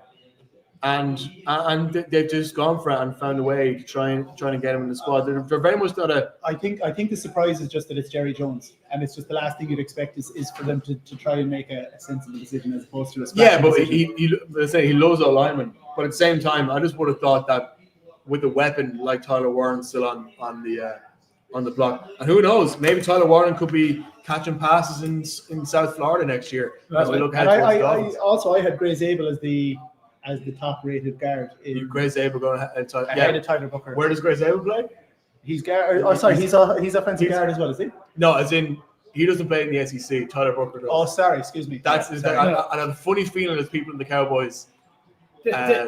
Cowboys front office who looked at that when they were Okay. they like their SEC online. The Dolphins are up next, and by and large, they float under the radar in general conversations. We touched on them in podcasts in the lead up. You stopped me talking about them. You didn't want me talking about them anymore. Well, you were talking. I went off on a rant about. Well, see, I'll talking tell you, about so Lions, anybody who watched the show, it was light touch compared to previous seasons. But Kieran we did have to rein Kieran back in, but Kieran had a difficult few days in Cork last weekend in terms of GA. So, boy, the rant was accurate and right. Don't get me wrong, but I want to save those good days for next summer. At one point, Keith is still watching the coverage. Big Dolphins fan. He suggested earlier, and I never got to it, that they should consider trading down. And he has his eye on a few players. And Barron. Why? Sorry, the Dolphins who spend how many seasons not being able to pick in the first round and now have a chance to take first rounders, and you're not going to take them. I don't think you should just trade down within the first round. I think an important thing to consider here is that Jalen Ramsey needs replacing. So I think cornerback here is a strong possibility. I think JD Barron could be a strong possibility. Barron or Johnson, and let's not forget we talked about offensive line during the week as well. And Armand Menmel is still on the board, and Jalen Walker now is still on the board, and Jalen Walker can be an asset for any team going forward. So I don't know. Is there something? Maybe to the Jets. Excuse me. Sorry, he's gone. Yeah. It's all right. He's already in the AFC East. But a lot of people were suggesting, you're right, you're on the right track, because a lot of people were suggesting that the Dolphins would go offensive line. But the way it's gone tonight, it's going to spiral with the amount of offensive line that's gone off. Josh Simmons now is the next tackle left, and yeah, I think I can understand why you would go for the offensive line, not necessarily because of the players on the board, but because of the one player you already have in the situation that you need to protect at all costs. Because we saw the difference in Miami when Tua was injured versus when he wasn't. Now, that's not saying you could build a great wall of China in front of Tua Tagovailoa. He'll still find a way to run around and get himself situations where he's dangerous to himself. But that doesn't necessarily mean that an offensive lineman will fix that. But it'll be interesting to see what the Dolphins do, as we will take a quick 30-second break and come back to see what the Dolphins do with the 13th overall pick. You're in control. You always play responsibly. And you know great gameplay. That's why you play with Quinn Casino. So step into the land of the ancient pharaohs and reign supreme. Or saddle up on a Wild West adventure and strike for gold. Shoot for the stars when you play the Starburst game. It's light years ahead. Give Quinn Casino a spin. Quinn Casino. We bet you love it. Put the camera back. Welcome back to the Irish NFL Show's live watch along of the 2025 NFL Draft. Just in case you're wondering what happened during that break, the fire alarm went off and it came back again. But yet, what that hasn't happened is the Miami Dolphins have not yet made a decision on the 13th overall pick. So we're still trying to figure out what they could potentially do as we are reaching that nice sweet spot in the draft when a lot of trades could potentially happen with teams maybe making the move up from even top of the second round, bottom of the first round, depending on how, for example, quarterback hungry we're getting. It's interesting that we've gotten this far in the draft. Only one quarterback has gone, being the number one overall draft pick. Cam Ward, Shedeur Sanders still hasn't been picked, and no other quarterback seems to be even in the conversation of going, never mind being picked by one of the teams. But yeah, quarterback probably isn't what's going to happen with the Miami Dolphins as we are looking ahead towards what they are going to do here.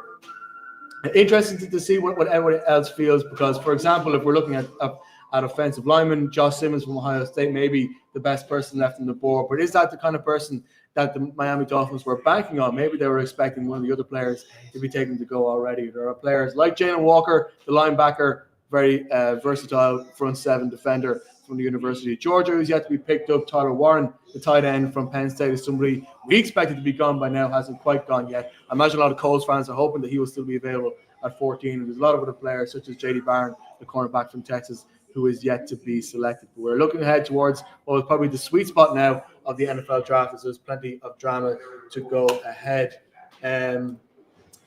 Kieran, we were talking about the Dolphins and about the different options that they could potentially have here. Offensive line, because of what I was saying earlier, protecting Tua is such an important part of what they have to do. But I mean, we're expecting Tyreek Hill to be out of the building. The running game wasn't quite as strong as it has been a couple of years previously. Defense needs to be able to find ways to get off the field, because there's, schematically they're not the worst, but I think skill wise they need improvement. There are a couple of things that Miami could do here. It's not really quite obvious what way they could go, because frankly they have a few different places to fix.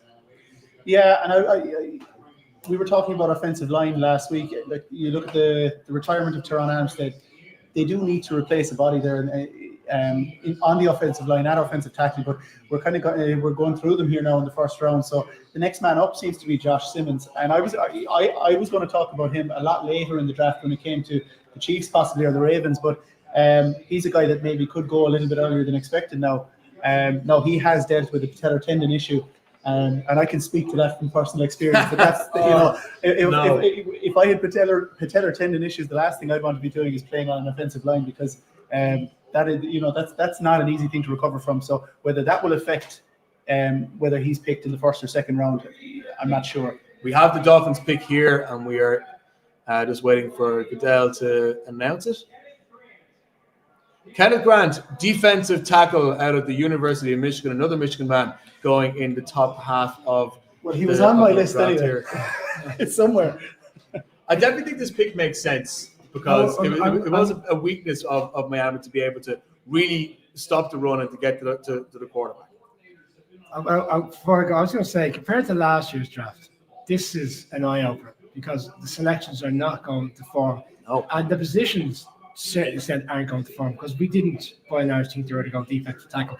Look, they're in a division now that this year, you touched on it there, they're going to get to the quarterback. They're in a division this year where they're going to face Drake May in his second year, who looks like he's an up-and-coming star in the league. Justin Fields in his own way can play. I mean, he's a run-pass option. He's a nightmare. You've got Josh Allen. Again, fantastic quarterback in his own way. And a lot of people were disappointed that he didn't make the Super Bowl, and we had the opportunity to see him in person play against the Eagles. They've gone into a situation where they've acknowledged that they have to go after. They're going to chase the quarterback. This is ultimately where this is where the division is going to be won and lost on quarterbacks. Yeah, on quarterback. But at the same time, like Miami, I don't think we're particularly good against the run either. No. Like even even like the Patriots managed to beat them in Foxborough when when they were still playing their turgid ground game. And like you said, in the game, the quarterbacks wasn't necessarily a strength either. Anytime they managed to win a game, like for example, we were here when they played against the Jets later on to the season. They managed to sort of find a way to light up their offense and sort of outpace anything that the other team was able to do. But the fact is, that's just not how you win football games in the National Football League anymore. They really need to be strong up front. I think it's a strong pick. The Indianapolis Colts have made their pick at 14th overall. They will not be trading. And I said on the broadcast earlier on this week that everybody in Indianapolis will be praying that either Tyler Warren or Coastal Loveland would be available at 14, because it's quite clearly their biggest need to get one of those two tight ends. You know, they sat still, they waited for it to fall down for them. And what do you know? Tyler Warren's still on the board. So you know what's going to happen. When? So you know what's going to happen basically tonight. Something like, when was the last time we knew what was going to happen tonight? But I only go after the first 3 picks. Just a few notes that I made about the Colts. Every tight end conversation that we heard about the Colts was about Colston Loveland. So whether they feel as strongly about Tyler Warren as they did about Colston Loveland, we'll find out. But I had certain pundits had the Colts trading up to get a tight end. I had certain pundits that had them trading back, assuming they'd still get a tight end. Now they're going to pick where they are. Is it going to be tight end? Is it going to be offensive guard? I think Ray Zabel is still available. Jonah, will I try to pronounce this? Jonah Savinawa? Jonah Savinawa? We'll give it to you. Here we go. The It Colts has to be Tyler Warren. Yeah, I imagine it is. Hey, we got one right. I can't believe it. We actually saw something was happening and was like, oh yeah, it makes sense. They're picking Tyler Warren, the tight end out of Penn State.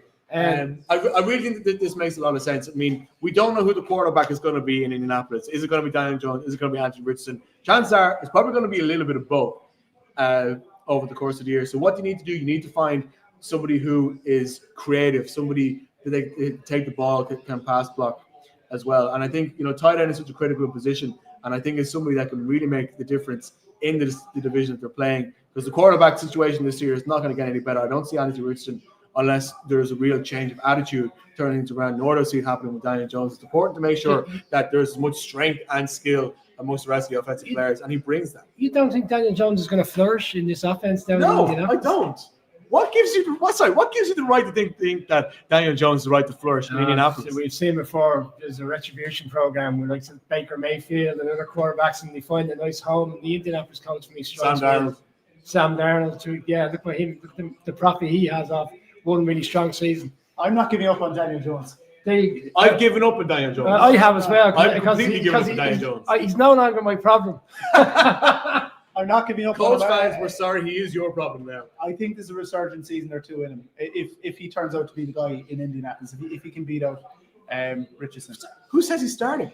Indiana Jones is starting next season. Week 1, you know it, I know it. And May the 14th, we'll all know it. If he can beat him out, I mean, there's an off-season to go. Is Daniel Jones starting ahead of Anthony Richardson?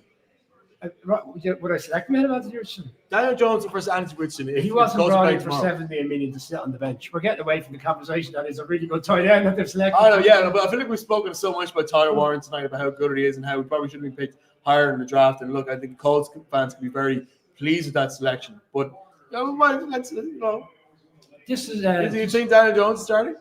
I do, yeah, I do think he'll be starting. And look, they've got some weapons on offense. You know, the problem with this team is you look at them on paper, they're a strong side in a division that's very much there for the taking every year in the AFC South. But the inconsistency in teams, offensively and defensively in that team, which is why I wouldn't have been surprised if we had went defense. Even with we'll say the inconsistencies of quarterback, you had 3 wide receivers, Michael Pittman, Josh Downs, Alec Pierce, all went over 800 yards last year. Alec Pierce had 7 touchdowns. Josh Downs had 5.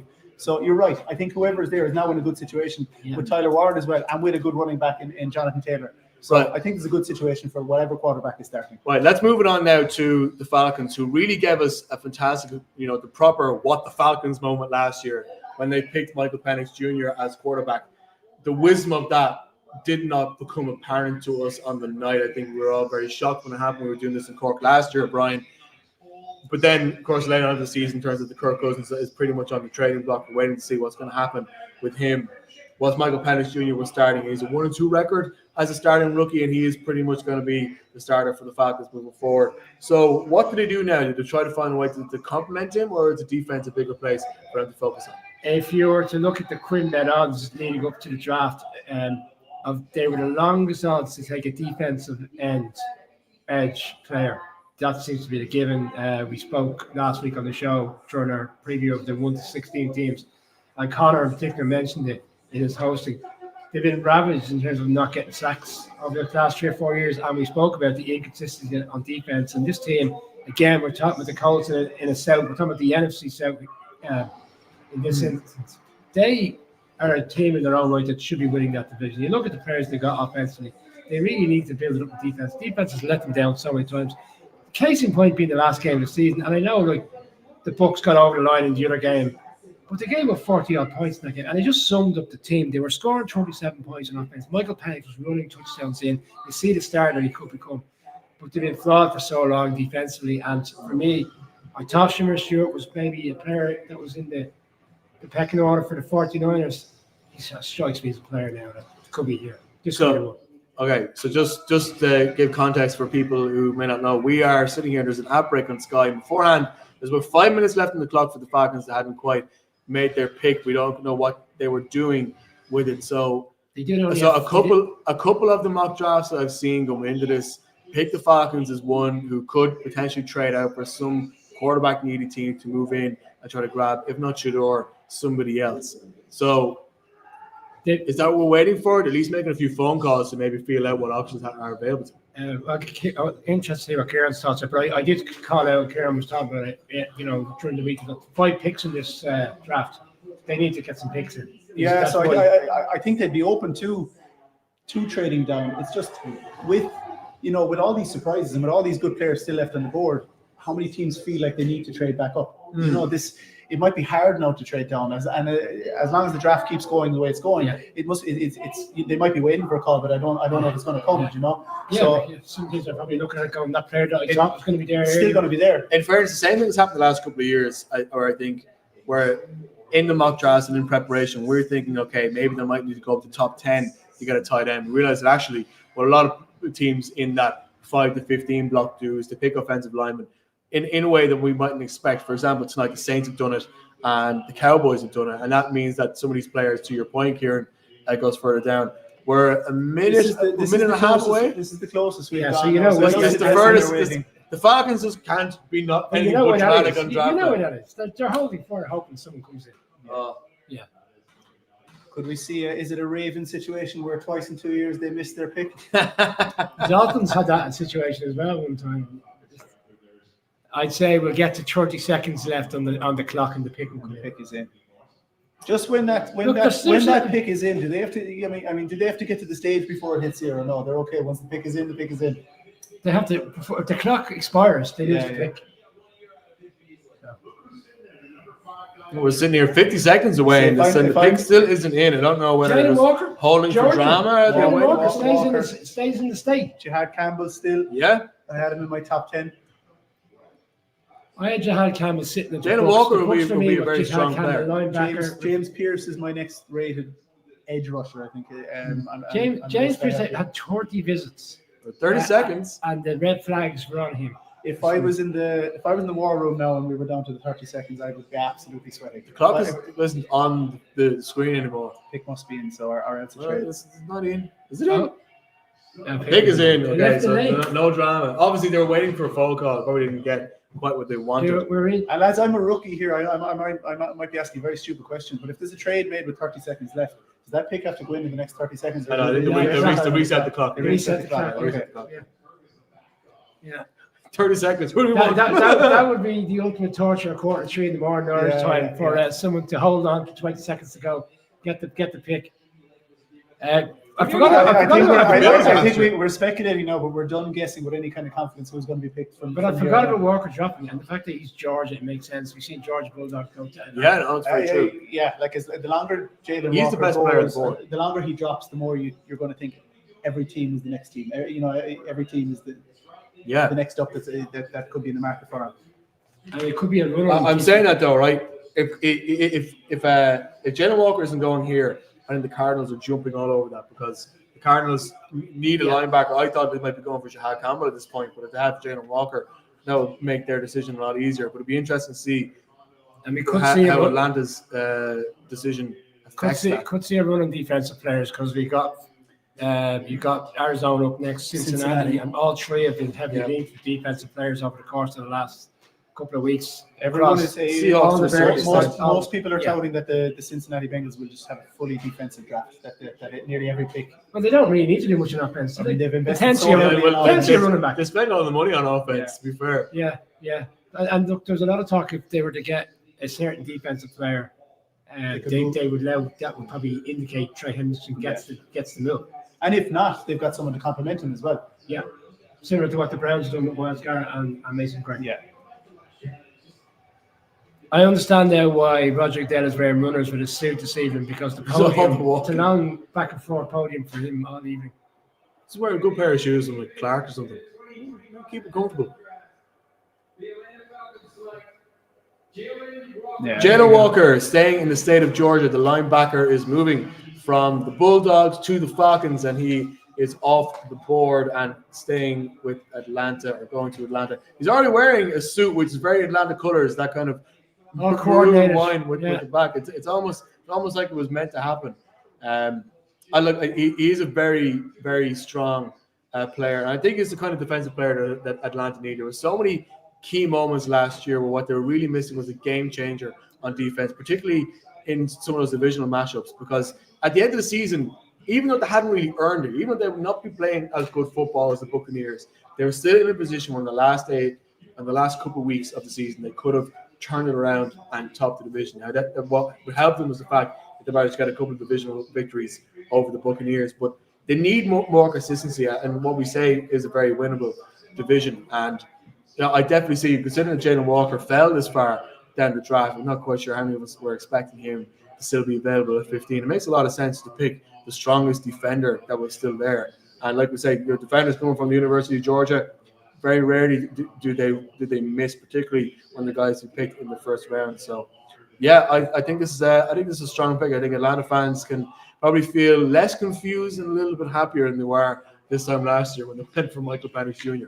I think we're now hitting the halfway stage of the draft. And if you're picking 16, even as a fan, you're kind of going, you're in no man's land. Yeah. Because you're sitting there and you're very much reliant on But again, permutation of everything. you could be looking to trade down, but there has been no one go off the board that you feel teams would feel the need now to trade back up again. If you're looking for, like, teams are going to trade back into the first round for a quarterback. Realistically, they're not going to trade back up for many other positions. So I think that gets harder and harder to do. So, I think a lot of them are gonna have to Unless stay there. unless you have a really high grade on a particular defensive or offensive player, and you know someone else, i.e. the Bengals behind, are clamoring and they're coming after that place. Yeah. Okay, I need to get ahead of them. I'll go on. Possibly one of the receivers that are left, maybe. Yeah.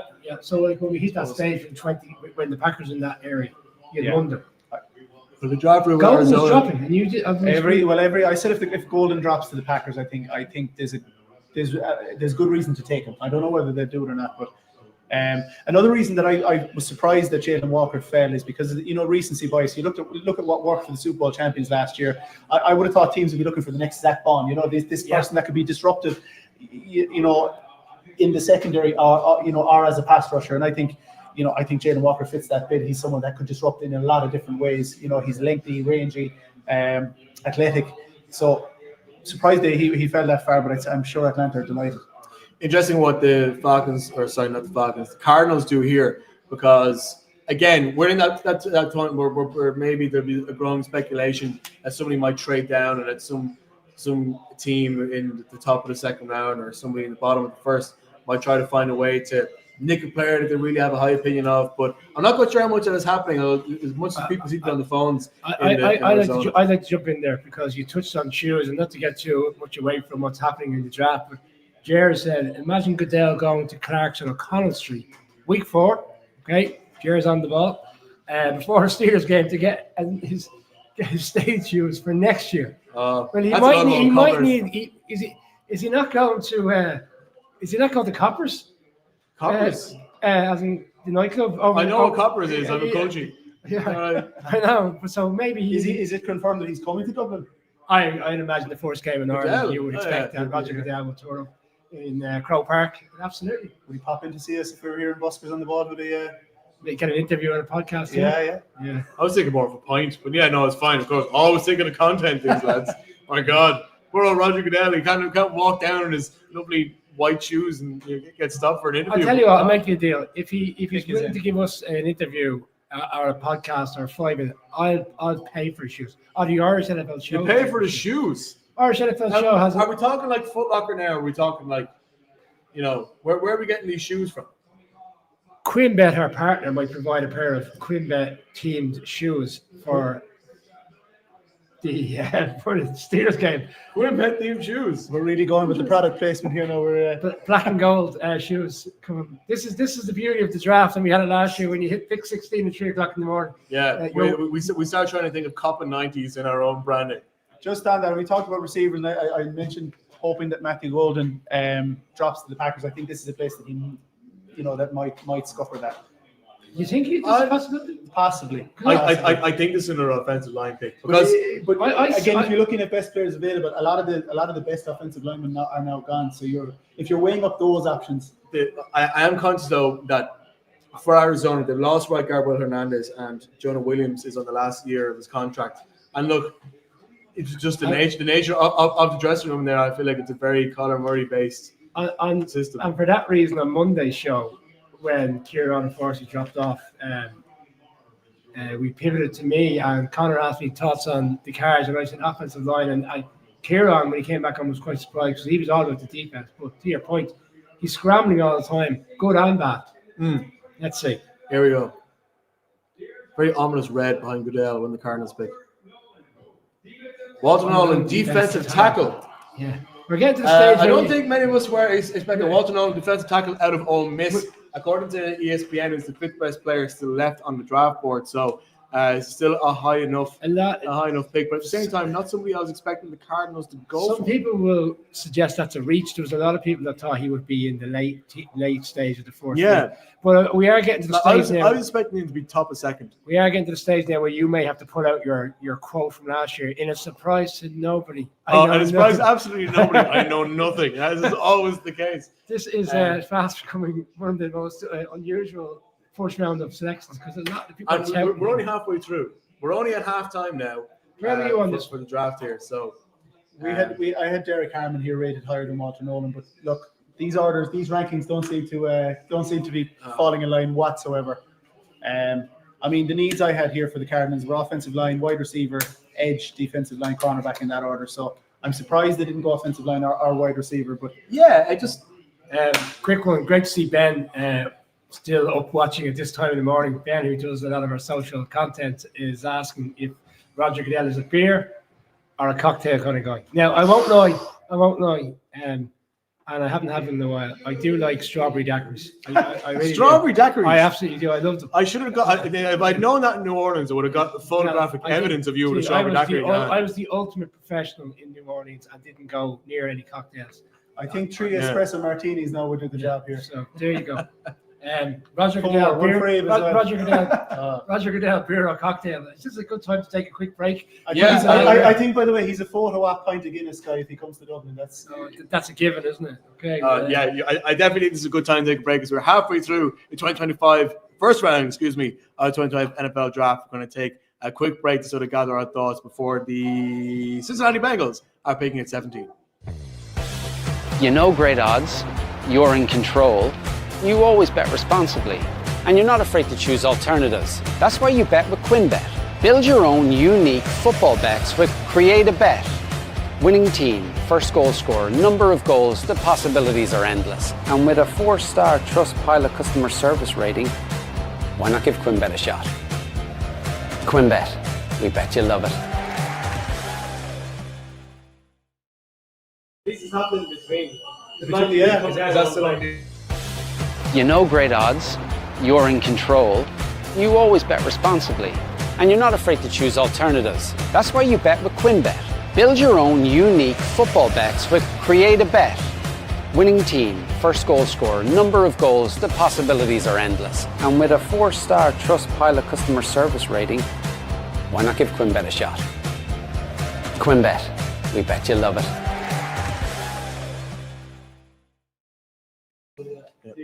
Let me know when we're back. I'd love another cup of tea.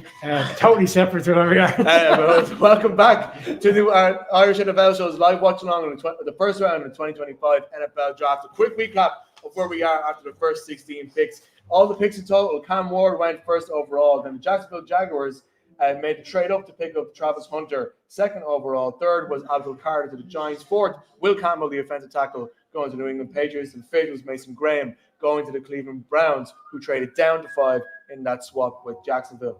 Sixth, Ashton Genty, who went to the Raiders. 7 was Armin Membu, offensive tackle, who went to the New York Jets. Ted McMillan went 8 to the Carolina Panthers. Kevin Banks Jr., 9 to the New Orleans Saints. And 10 was Colson Loveland, the first of the 2 tight ends to be taken. He went to Chicago Bears. Then Michael Williams, 11 to San Francisco. 12, Tyler Booker to the Cowboys. 13, Kenneth Grant to the Dolphins. And 14, Tyler Warren, the other tight end, going to the Indianapolis Colts. And we are looking ahead towards the 17th overall pick for the Cincinnati Bengals as we are coming back into our live coverage. Guys, we're heading into the second part of the first round of the draft. This is where I think there's still potential for a lot of moving about. I feel like I built up too much trade drama, which hasn't quite happened. What has really happened, though, is the fact that these picks really have not gone the way that any of the experts or even ourselves thought ahead of time.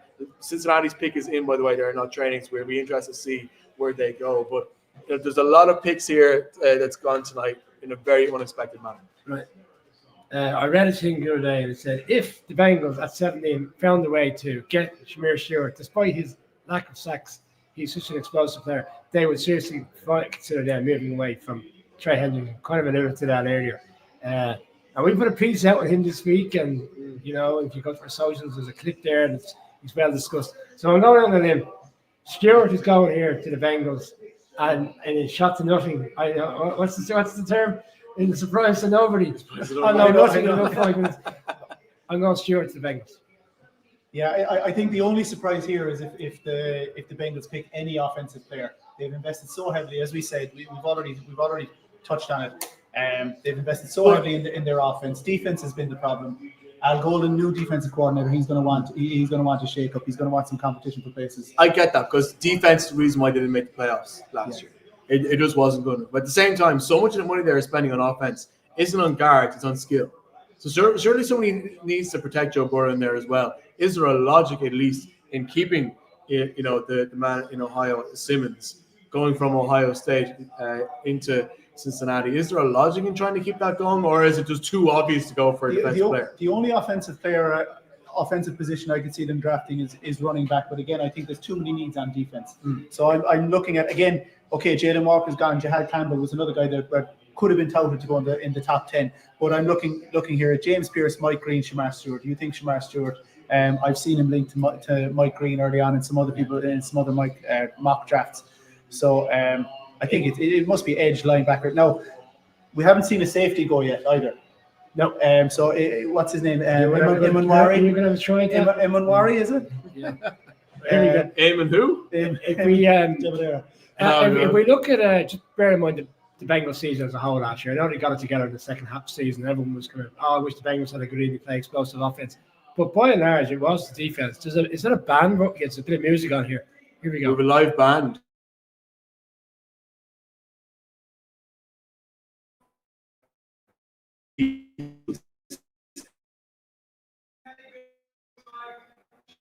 There you go. Yeah. Mark Stewart. I nailed it. I didn't want to have to use here we go. Fine. Fashion police. And we're doing a broadcast.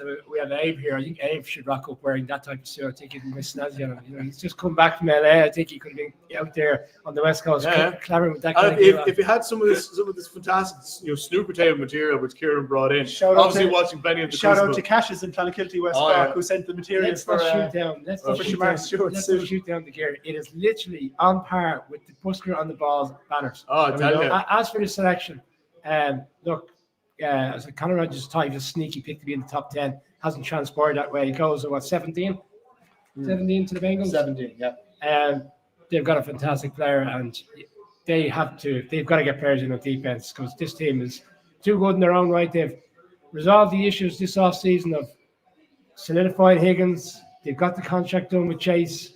they're going like offensively. They look like I still think running back is a need, but look, there's Yeah, 2 more days there's to go. still plenty more rounds. And there's 13 running backs in this draft. I think they're saying will be productive immediately next year. So it's just a case of where they all slot into it.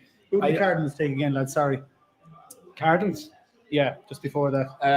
The Cardinals took, Walter Nolan at Ole Miss. Who I saw in my last mock draft to read this evening on the way in here to go at 32 to the Eagles. There's the Eagles. So And he's that- taking it 16. Is that a reach, or is he just that good a player?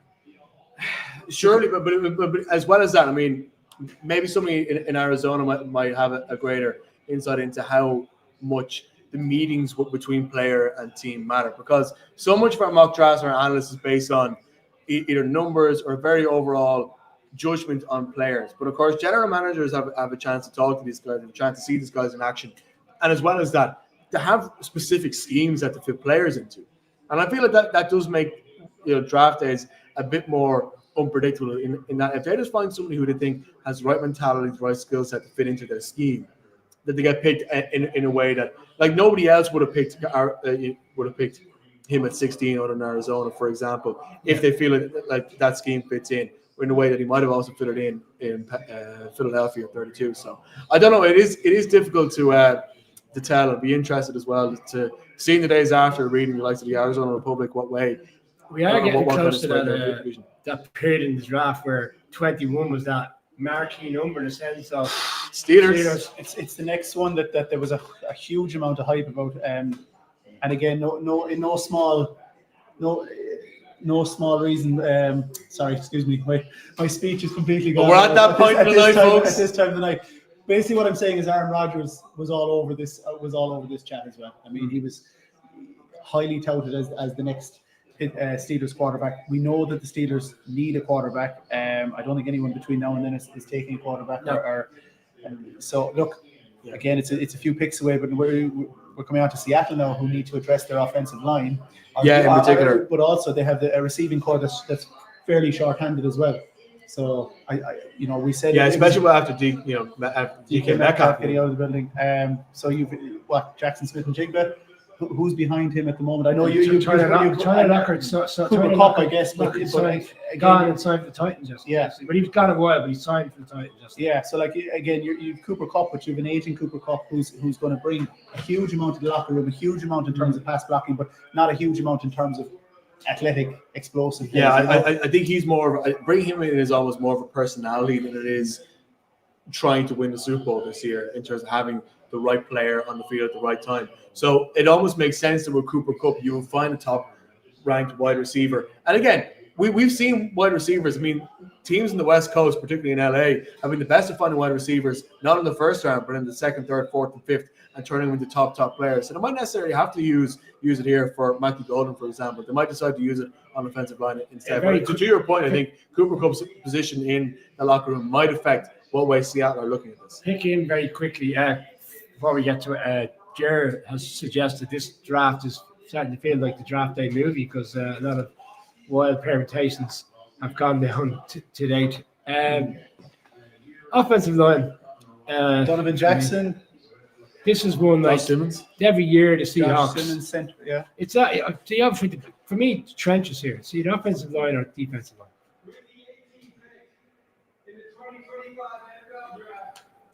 The Seattle Seahawks select Gray Zabel. Gray Zabel, Yeah. guard Offensive line, from yeah. North Dakota State, who you were saying, Kieran, is somebody who probably should have been picked actually earlier in this draft. A lot of people had him ranked higher than,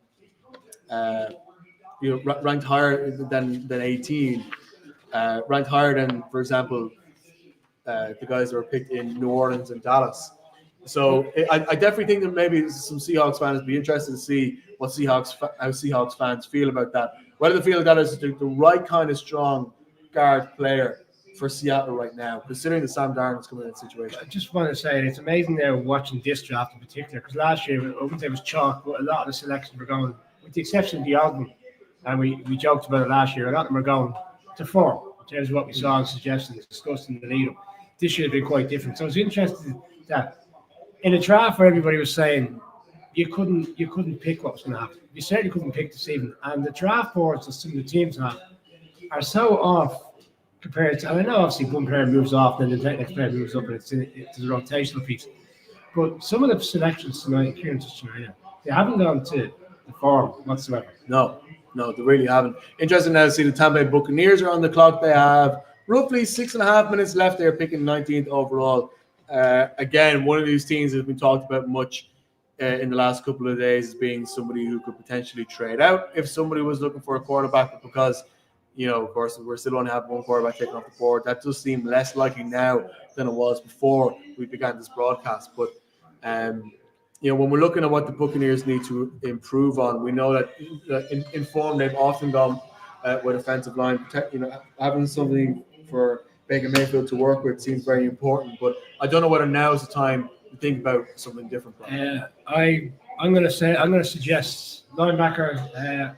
Jahad Campbell. Yeah, Jahad Campbell's one we spoke about earlier. Levante David has left. We spoke during the week on the show, on the previous show, about this transition now of this defense, moving away from the Super Bowl defense that won the Super Bowl. A lot of those players have moved on, and when they won the South 2 years ago, we were saying at the end of the season, we shouldn't have been surprised. They had a lot of the players still there for the defense. The defense came to the fore that season. And they won the division last year, but they've got to get younger on defense. And you spoke earlier as well. There's no safety gun yet. I mean, there's a linebacker. You've the two top I just keep cornerbacks. putting that to Kieran because I want Kieran to keep saying his name so I can get Malachi Starks, is it? something like Guys, that. is there outside of Travis Hunter, right? Because I don't know how much we should treat Travis Hunter as a cornerback. He's a cornerback, wide receiver cornerback, whatever.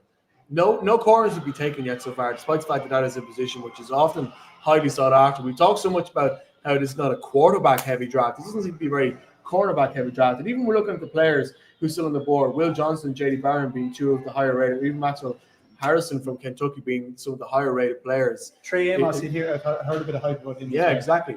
Why aren't people going for cornerbacks? Well, Barron was suggested as someone who has similar traits to Brian Branch, who was selected in the second round by the Detroit Lions. And with that, people were suggesting maybe the Jets would consider him as early as 7th because Brian Branch has been, working under Aaron Glenn. Aaron Glenn's the new head coach of the Jets, and you can see the fit there. Now, we've had podcasts since to shoot that down, so that wasn't realistic. But there was still a conversation that he would be in that range between 11 and 20 for teams that have a cornerback need.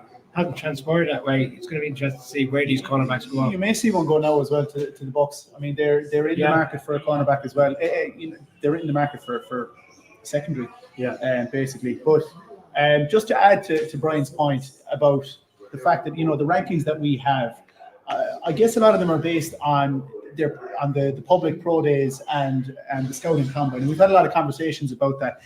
I guess what it does show is that there's an awful lot more weight in what the teams are doing behind the scenes. The private homework that they're doing, be it the private workouts or the interviews or their own little kind of bits of intel that they're gathering. I mean, the people that are putting these rankings together in the public, they only have access to so much information. So, at the end of the day, we're all just guessing. It's the I love that. But that's the best thing about the draft. We're all kind of just guessing here. Well, we weren't guessing early on. We were, by and large, majority that we thought were going in the top 10 went in the top 10. They probably didn't go in the manner. Let's go in a different order, in fairness. And there's been a logic to a decent chunk of the players who've gone to where they've gone. It's just not necessarily the way you can see Lambo there in the background, Kieran. I'm tearing up. Does it bring you back? Tearing up, yeah. It is a very college stadium. They won the game. Was the last Aaron Rodgers' last win in Lambeau Field. They beat the Vikings, and then they shot themselves in the foot against the Lions, who were already out of playoff contention, and they knocked themselves out dramatically the following week. After getting the result, the Seattle result. After putting it into they came into that without the outcome of the season in their own hands. They left with a simple job: go beat the Lions the following week, and then unfortunately that was when we got the sad walk off with Aaron Rodgers off. Yeah, the content and the coverage. I'm sure any people who are watching us are still watching the same coverage at home. And over the course of the last 15 to 20 minutes, it's the rejected. Deion Sanders Jr. will The be rejected will be Deion respected. Sanders. God, that's it. Get rid of him now. I give him credit. He's still smiling. We've seen a lot sadder The camera faces keeps in going on. that I mean, room. this is because we're getting to that kind of point in the draft where either someone's going to move up ahead of the Steelers and select them. But then as the day has transpired, people are suggesting he's not even going to be the second pick. Depending on who's left at 31, 32, because you hear a lot of talk again about excellent players falling into the lap of the Eagles and the Chiefs, depending on what they see as the scraps of the first round. Maybe they'll be tempted to trade down if the Giants want to come back in, if the Browns want to come back in. As well as that, I mean, if you're one of the top 5 picks in the second round and you want to get a that's some hat in your man, by the way. Mother of God, look at that. That's really over.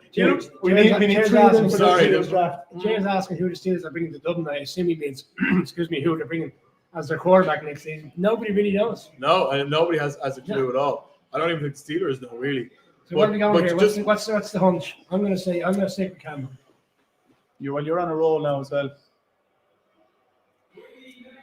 Oh, you go. James you Pierce might get Jr., your why quarterback not? wish. Abuka, wide receiver. Oh, wide receiver, Emeka Egbuka.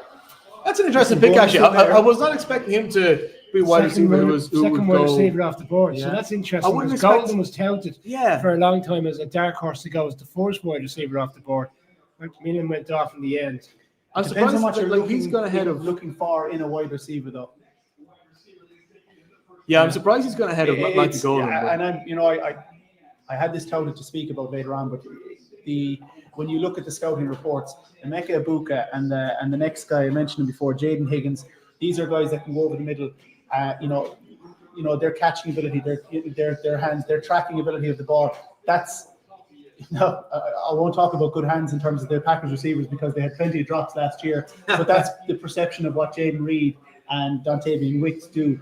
It's Matthew Golden is the guy who's the over the top receiver, who's got the top end speed, and he's the explosive receiver that I think if he's there, the Packers have reason to go and get him. And the reason that they have to go and get him more than other years where they left receivers out of the first round or out of consideration is the fact that a lot of these guys are coming up for contract negotiations next season. So it's a long-term solution to go get a receiver in Green Bay. But there's a few picks left between now and the Packers. So you're just waiting. Are you annoyed at I think if Golden is still there, we have a chance. But It's interesting one as well, I think, in the context of the 20th pick, which are the Broncos, because I think the Broncos are probably looking at Egbuka as being somebody who could potentially come in there because they really need to help Courtland Sutton. They need some offensive talent. Now, like the 2 top tight ends are gone. There's some suggestion that Elijah Arroyo, the tight end of Miami, could be picked here. I don't think that he will. I wouldn't profess to be anyway knowledgeable about it, but you are hearing again. Kieran has said that this is a deep tight end draft. Yes, very much so. I wonder what's the drop off from Tyler Warren and Colston Loveland too. What's the third guy again? Just say Elijah Arroyo.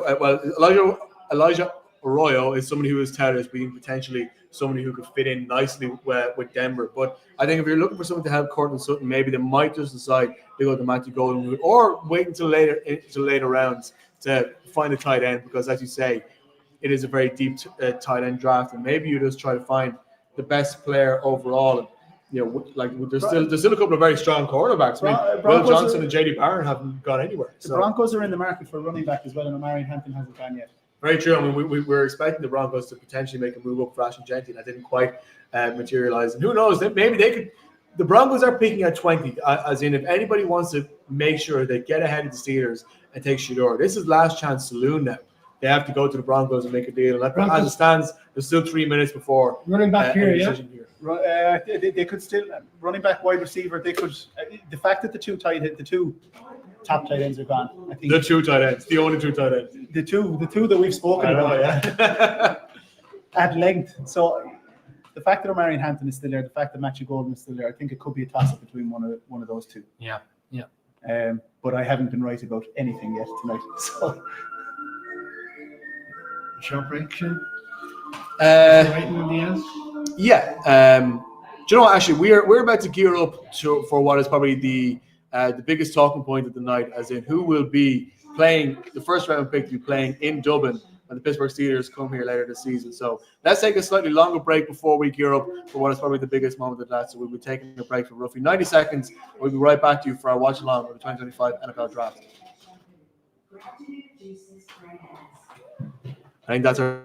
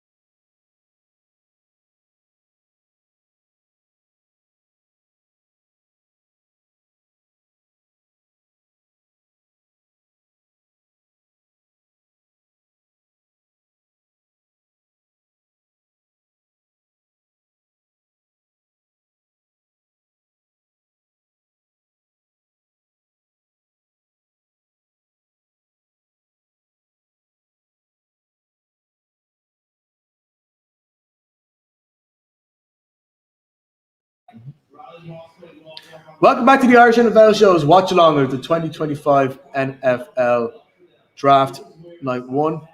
Are we on there, Abe? Ooh, okay. Do we need to remove it there?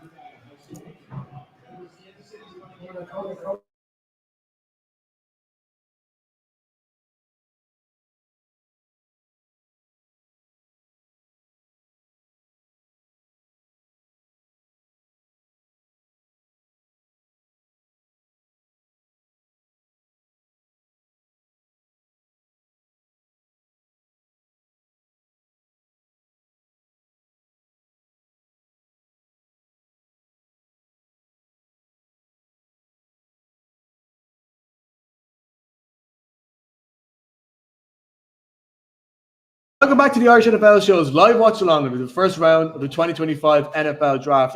While we were away, the Denver Broncos used their 20th overall pick. Nobody traded up for that, and they picked J.D. Barron, who is the first cornerback to be taken off the board. Interesting that the Broncos are deciding to worry about the aerial defense as opposed to the aerial offense, an area which I'm kind of raging I didn't call it beforehand. I thought that might have been an area they went. However, Tom McCormick, who is just on screen now, by the way, and Steelers International Fan of the Year is on there waving his terrible towel. We are very much looking forward to seeing him. He's having such a great time in Green Bay. Great to see you, Tom, waving the terrible towel with his shamrock. But this is probably the biggest moment of the night. I'm not just saying that because Steelers are playing in Dublin. It's because the selection here, I imagine, will be the main talking point when we meet up for our show tonight, I guess, technically. But the question is, who will the Pittsburgh Steelers be bringing to Dublin this coming fall? The pick is in. They will be using it. There's a lot of speculation that it could be Shedeur Sanders. However, they could have been using it on a different quarterback.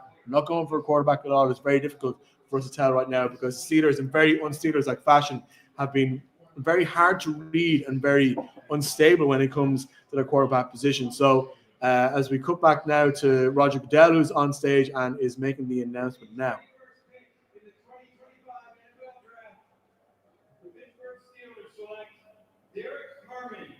Oh, whoa!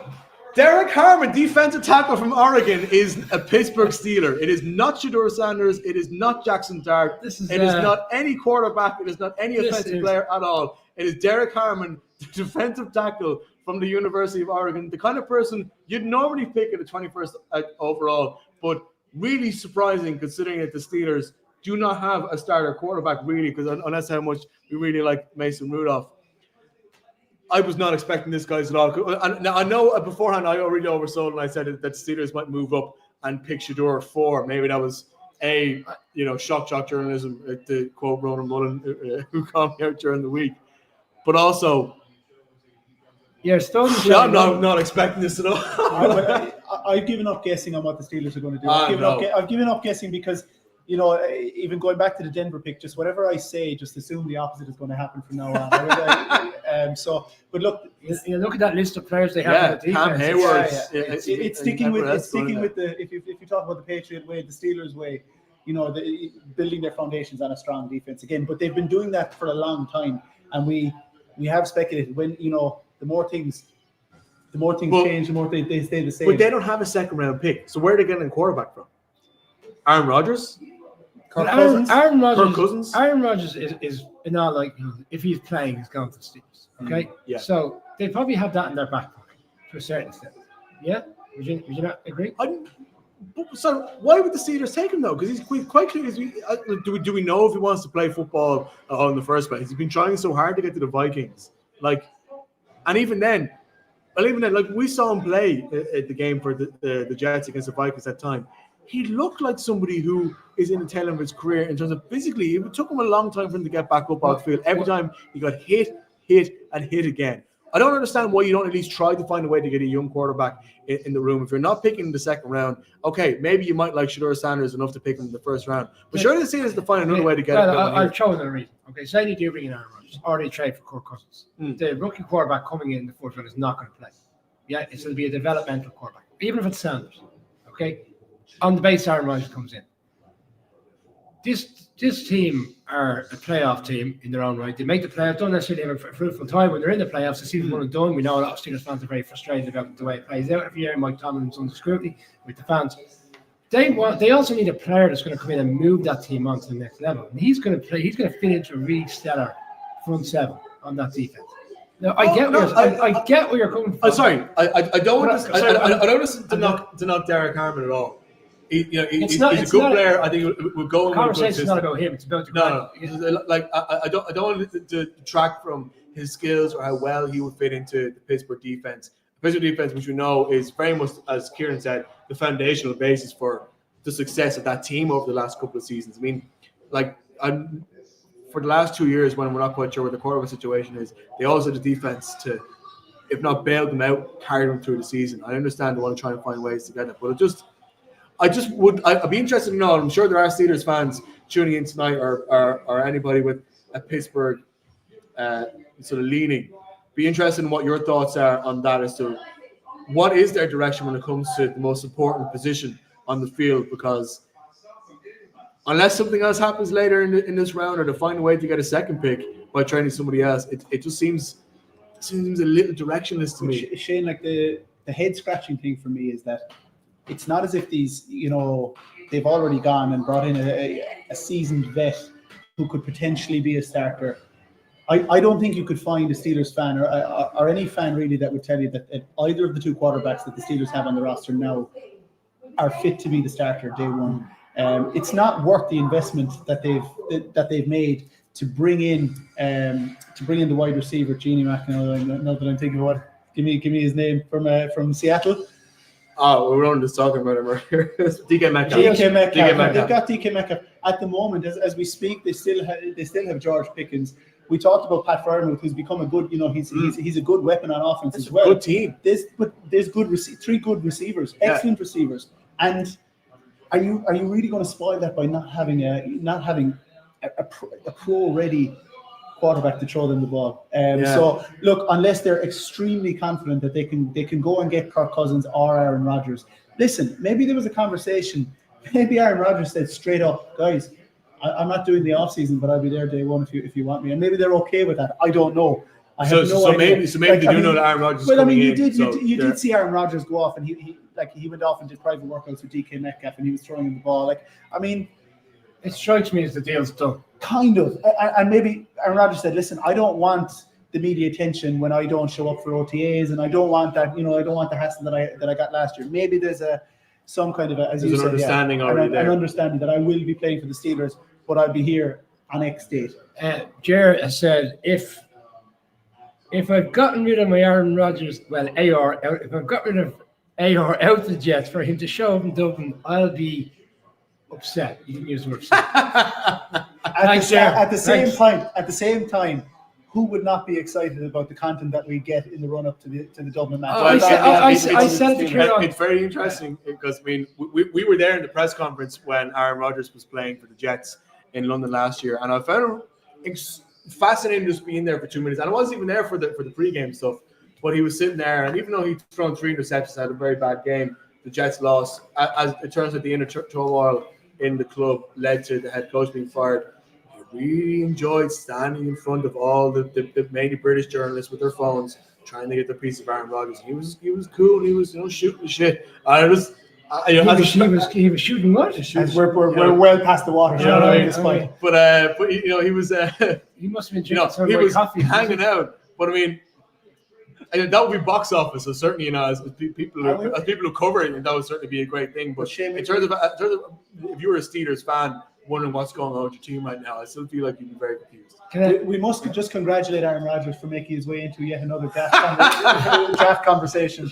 For how many years in a row is it now since he moved on? I wanted to make a quick point. I'm conscious we have a minute left before the Chargers come on the clock, and the Chargers are a team that are in a bit of they can go many ways here.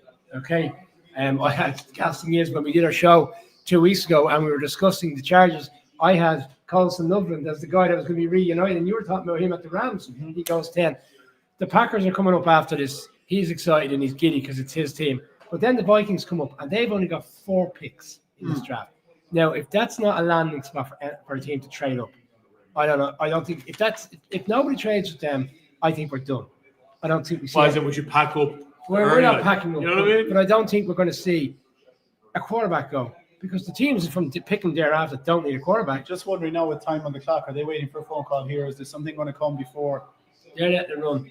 They're holding Yeah, fire. they're letting it run. But I mean, if they're not going to let it run, are they picking Matthew Golden?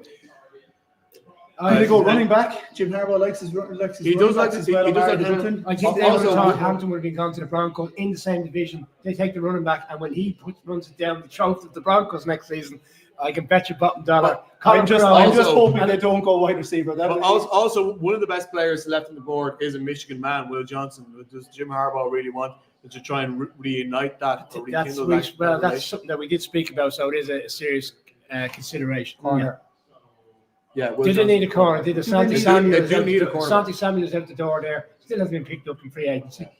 And Benjamin Morrison or Notre Pick us Dame in. potentially for that. Pick us for in. this There's as no well. trade. So the Packers are on the clock, and Kieran's heart rate beats him into the quicker. Start my homework again. Well, I Well- didn't even get to enjoy the Abdul Carter. Sorry, I'd love to have to go back to the Giants, and why wouldn't I? I didn't even get to enjoy the Abdul Carter Because it was so boring. selection. No, because everyone We was all in. knew it was gonna happen. Everybody was in the hoopla of Travis Hunter being selected by the Jags, and the movement between the Jags. Enjoy next season. Enjoy when he's sacking Jalen Hurts. Oh, when he's ravaging these players, I would be a cock a hoop, as they say. Yeah, Eagles win by 20 points. Again. And then Jameis Winston goes onto the field and throws a pick, and then he's back on the field again. And then you can watch him sack again and again and again. Our quarterback is coming soon. The quarterback. Could be. What, Could be. last thing I'll say before. Actually, you probably get Shador in the second round. of this Well, I was fight. just going to say, it doesn't say, it's kind of detrimental to his character and the Sanders situation that he has dropped so far now. You see Campbell and Brett, Hampton now because- been on the top of the list for a while. I wouldn't mind. I was talking to a couple of friends in the lead up to this, and they were like, "Well, are we expecting two quarterbacks to go in the first?" And I was like, "No." One of the big lessons I thought from last year is never underestimate how QB needy a lot of teams are, and that they will sometimes go slightly overboard to get it. And there was a part of me that thought that maybe we could have four going in the first round. We still potentially could. We still have 10 picks to go. I don't think we'll have four. But like, quarterbacks going who in the first realistically is going to trade back in now? The Browns, the Trade Giants. back The in. Browns have got the collateral to do it now. But Haven't got the deal. the thing is, if you like Jalen Milrow or Jackson Dart enough, you don't need to trade. You'll get them in the top of the second round. Exactly. One thing we haven't discussed is, as a possibility, and we mentioned it a few weeks ago, is the LA Rams looking for the quarterback in the future. That's one Yeah, there. so Yes. that's a big one. When is that coming? 26. 26. Yeah. So they won't go Sanders. It'll be Jackson Dart. I mean, You think Coach Prime can't live in, or young Prime can't live in the brightest lights of Los Angeles? Marion Hampton? Yeah. Running back with Marion Hampton, There we not go. one And right. you know, I say they can't believe their luck. And I'm going to give you the storyline for November next season. And Go on. you'll be talking to Colin, or another alternative Broncos fan. And the Chargers, An alternative? Are you calling an alternative Broncos fan? the Chargers are running the ball down the gut of the Broncos team. And the Broncos, who are touted to take him for quite a considerable time of the draft season, as you like to call it, were considered he was the obvious candidate. Everyone said, even leading up to the selection, we thought he was going to be running back. And sometimes you don't take that player, and then he gets picked in your division, and he puts it down, and you're thinking, we should have had that player. And I guarantee that's what we're going to see next season. I just want to make the point by Marion Hampton of the University of North Carolina, who will be playing in Dublin in 2026. He won't. Well, no, he won't, but North Carolina will. Will Bill Belichick be coaching by then, by the way? Because, like, it's just, this is a complete aside, by the way, but I'm going to kill 2 minutes on this. I wrote, when the news broke, me and every other person in, the media wrote a story with a big headline, Bill Belichick to coach in Dublin 2026. Now, of course, that's not guaranteed. You could end up leaving college football after his first season and not bother being around 2026, or you could find a route back to the NFL. You think either of those are possible? I know we have 6 minutes before the Packers are going on the clock, but I can guarantee you that there'll be some big presentation on the stage that's going to delay us by another few minutes as well. So we've got plenty of time to talk Packers. But I'm going to throw in Bill Belichick for 2 minutes here. Do you reckon he's actually going to still be around by the time North Carolina? Yeah, I do think he'll be there. Look, there's going to be so much invested in him going to Dublin next year. We see even with the Steelers coming this year, different ballpark. I get it's the NFL, it's the college game, but this doesn't just happen overnight. This deal would have been in the works for quite some time. In fact, he probably was aware of it when he was even negotiating to go there. And it would be, unless they have a really, really bad year, it'd be interesting. Michael Lombardi's been brought in, the GM, former guest on the show. They obviously have a very strong relationship from the time in New England. It'll be interesting to see the dynamic of those two and what they put together. I'd be stunned if Belichick's gone out there. After 1 year, I think it's 2 seasons and maybe I think it gives if him he even does come back to the NFL.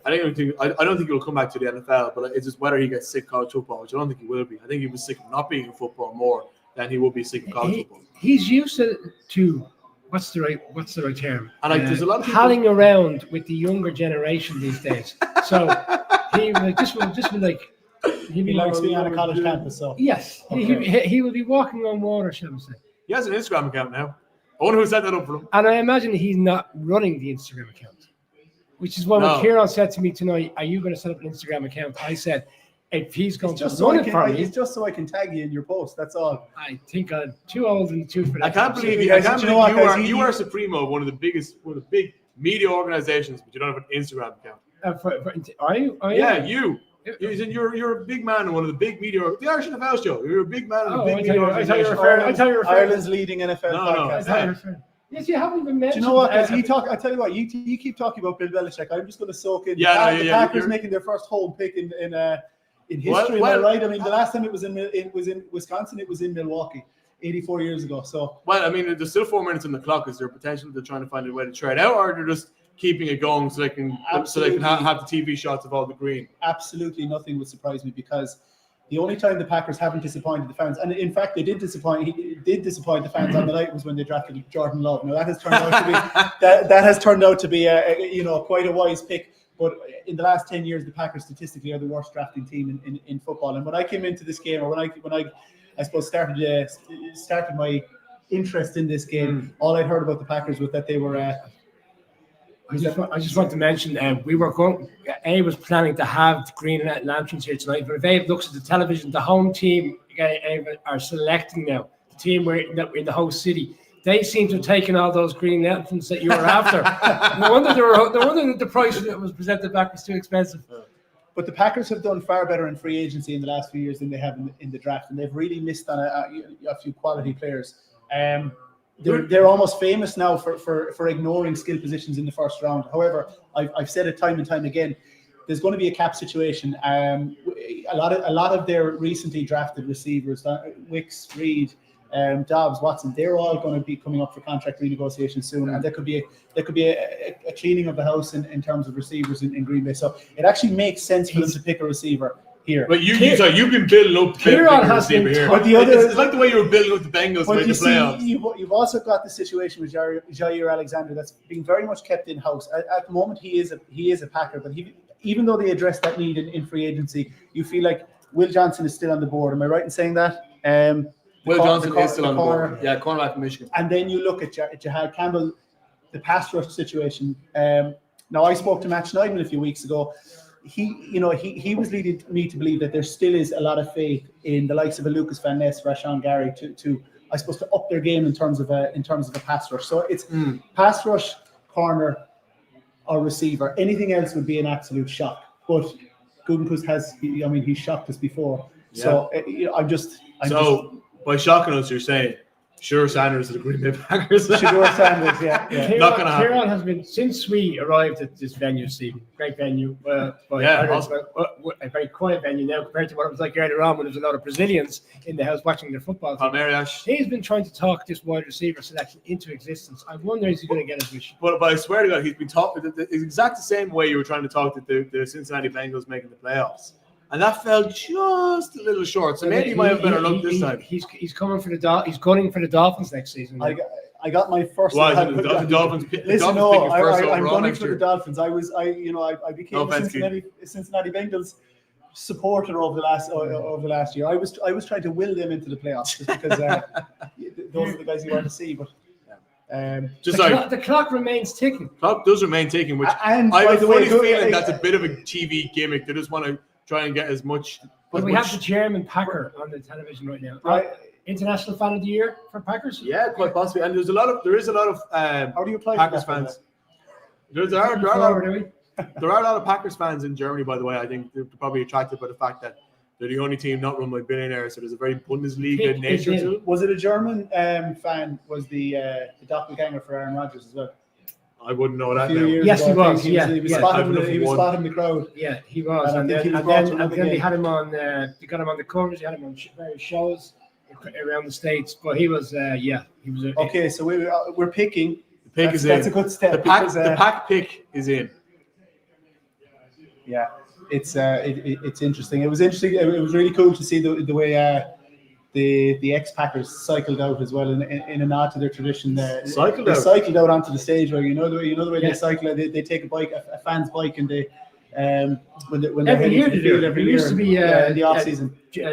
Nelson, the wide receiver, used to do it quite a lot. Yeah, and they've just taken it on now, where each fan, a fan will be selected, and they'll cycle on the fan's bike up to the training field. So It's amazing how they keep it on schedule. We've reached quarter to four, just short quarter to four. We're at pick 23, which essentially leaves us with 8 picks, 24, 32, 7, 9 picks, and half 4, 20 to 5.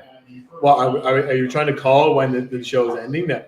Well, Trying to, like, they tend to try and park it by half 4, but again, they'll probably have to give a bit of a rush to some of the teams. But, who's on here? Mark Murphy. Mark Murphy's in. See. Mark Murphy was on the show previously. Very good. Oh, Yeah, yeah. He had a lot of time for Ireland. Would he be coming Mark to Ireland? is- Is there any chance he's going to be coming to Ireland? Well, the Packers do have international marketing rights here in Ireland. Speculation, We're very, could we're be. very happy, and of course, they have an Irish player in the team, Daniel Whelan. I thought he had a shamrock on his suit there for a moment. Matt Oh, the Schneider Green- didn't seem to think the that Green's they're good going to be the ones coming, but and he No, gave yeah. a lot of logical reasons. Great podcast. I love how the fans on camera, you can see this little Bears logo and little Lions logo just in shot. The NFC North hatred does not sleep for a second. Well, we await quietly here. Kieran is restless. He's probably. It's just quiet. Mark Murphy's The gonna talk president for is half an hour speaking. He could, yeah. The best draft in history of the NFL. We'll see how it goes when the players. Did start he say playing the in best or September. the first? I think it's time they brought the draft internationally. Could you imagine the NFL draft in coming Croker. to you In live? In Come- Buskers. come to live. Buskers on the ball. Come to live from College Green. From Green Bay to College Green, a bit of crack. Notre Dame Street, of course. You know, Mark, the biggest favor you could do the Packers fans now is just tell us.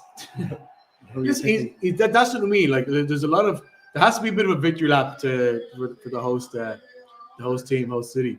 So it would have been good crack actually if we traded out, so you couldn't even make a first round. I pick. think- That's I think- I look. think- That's it's just. Again, I know I'm gushing about the Packers tonight. but Well, Mark this Murphy, is the right time to he do it. just asked the crowd how many of them are owners. I mean, it's the only team where you have a chance. You have a chance to say that you are a part owner of the team as well. It's publicly traded. The Packers are great for this, by the way, for never letting go of the fact that they won NFL championships The only before thing- the Super Bowl. the only- Nobody cares if you won an NFL championship before the Super Bowl. I'm just telling you that now. Three I'm in a sorry, row. Packers Three in a fans. row, Shane. Matt, No, you won Super Bowl 1 and Super Bowl 2. Fair play. Matt, Four you Super got Bowls. your wide receiver. Hey! Matthew Golden from the University of Texas There we is go. now a Green Bay Packer. Another wide You were receiver too busy taken off the squabbling over board. something that happened donkeys years ago. Yeah. You didn't even see the selection come I'm in. allowed to have a win because I thought it was going to go on A for another 70 golden, years. a golden age for the Packers. Oh, wide that receiver. hasn't benefited me financially quite to the level that Coastal Loveland did for you. But Oh, did I tell you I backed the Packers as well to select the wide Oh, receiver? yeah, after that, thanks. I leaned on your advice there.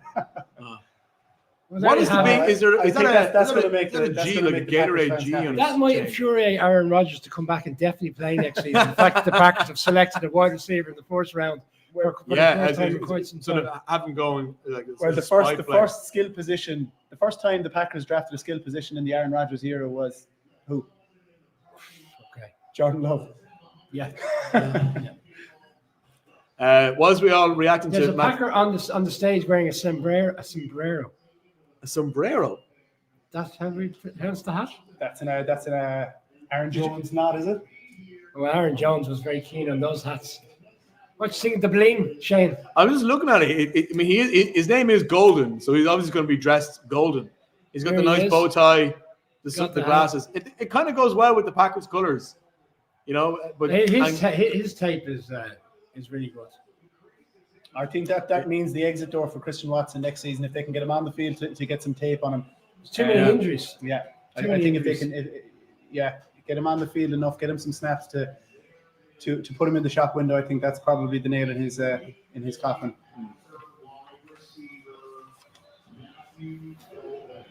So now you got Happy the with that Vikings, selection, I'm Kieran? happy. I'm very happy with that. Yeah. You know, I hope he lives up to it. But I think it's the most sensible thing they could have done in this draft. In this first round, I think they're going maybe address the secondary, maybe address edge again or pass rush in the next round. But Yeah. there's a lot of Lions fans there. Still hanging around from last year's draft. But then last year's draft, remember the attitude you had Eminem singing in advance. you know? Last year's draft was pretty cool. There's a content of them there now, Kieran. Speed. That's it. Lacking in speed for quite some time. I thought Watson had So we've got the speed for him now. We just need to get that stick him for the other receivers, isn't it? Stick him is what they used to use to catch the ball. Yeah. Speaking of catching balls, I don't want to take away from the Packers selecting a wide receiver for the first time. In fact, he's already on his phone ordering a golden jersey. And we'll see him rock up now on the for way. our season preview, and Buskers on the ball with his Packers jersey on. What about Mark Andrews this week coming out with the fact that his gloves were wringing wet for the 2-point conversion against the Bills in that drop ball in the playoff game, which would have put the game into overtime. And he said he knew they were wet, and he was trying to make a decision beforehand, and it got into his head, if I take them off and I don't catch the ball, I think I would have caught the ball with the gloves on. No more play was called, and essentially it was on him to catch the ball. I'd rather have soaking wet gloves than soaking wet hands. I said, I was going to put out a quote, he should have got himself an old pair of Mikasa gloves. I mean, if it was good enough for the corner forwards back in the day, it's good enough for The big green Peter Schmeichel ones, you know, the big goalie gloves. But goalie gloves really help if you're a wide receiver. I think like the Mikasa ones at least Mikasa, then you you can had the catch the green and ball. black. Black or the yellow spots, and black. the yellow and black. If you're wearing the green and black, people who are watching this outside of Ireland will wonder what I'm talking about. If you were playing Gaelic and wearing, But they're kind of the same well, colour as his Canada. brothers in the States watching it. If you're wearing the black and green Mikasa, No, he's in Canada. His fiance Canada. now will get very, very cross. If you say they're in the apologies States. in Canada, he's in Vancouver. I beg your pardon.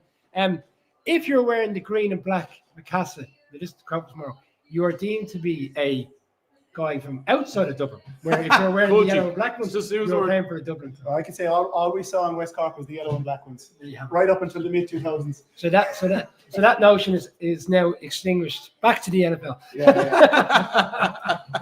Yeah, I'd love to know if there's like, what is the divide in, let's say, a state like Wisconsin? We have like a big city like Milwaukee.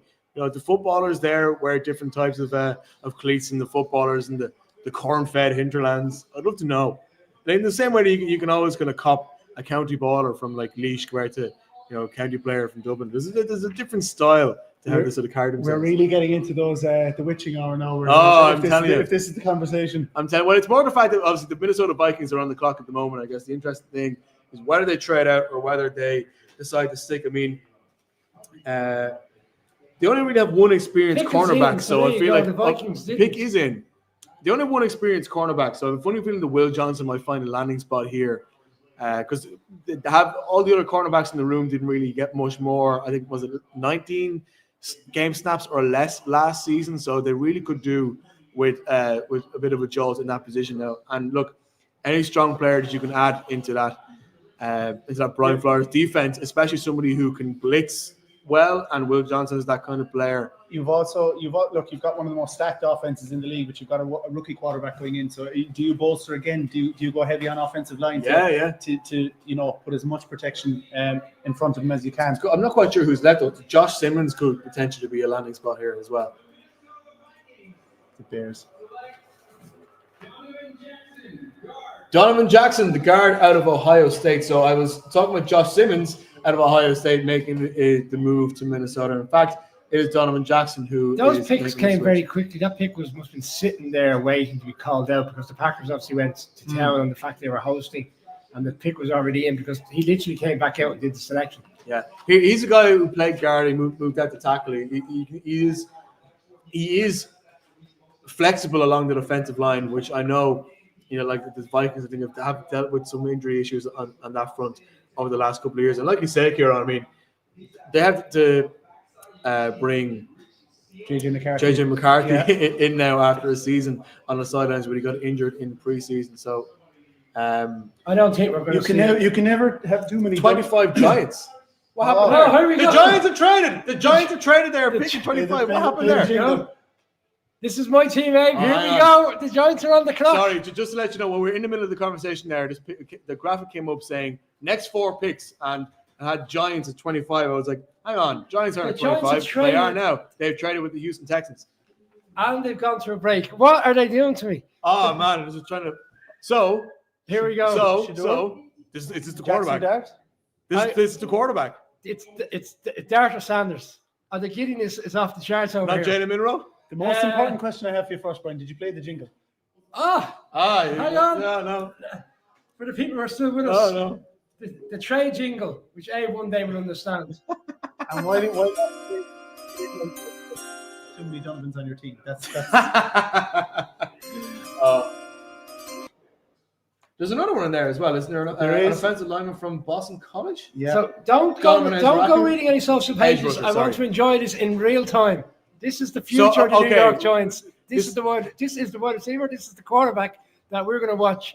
Bring us back. You think wide receiver possibly? No, I'm joking. It's the quarterback. Okay. I'm going. Watch, they traded with Jahad Campbell. Watch, some crack.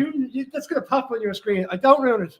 Did Okay. he say? What's been Oh popping yeah, my sorry. screen? Marion Hampton is gone, so I'm not looking at actually you. it has to be a quarterback. It is a quarterback. There's Yeah. no way to trade you up with the Houston Texans. Yeah. So don't ruin it because it's going to pop on your screen very quickly. It's not because my screen hasn't even updated to. Oh no, it's only just updated now that the Vikings are here. So who's your money on now? I think it's going to be Sanders. I just have it. Just despite Yeah, all the, but so again, to the point I was making earlier, no team knows Shedeur Sanders better than the Giants because they spend so much time Exactly. evaluating him.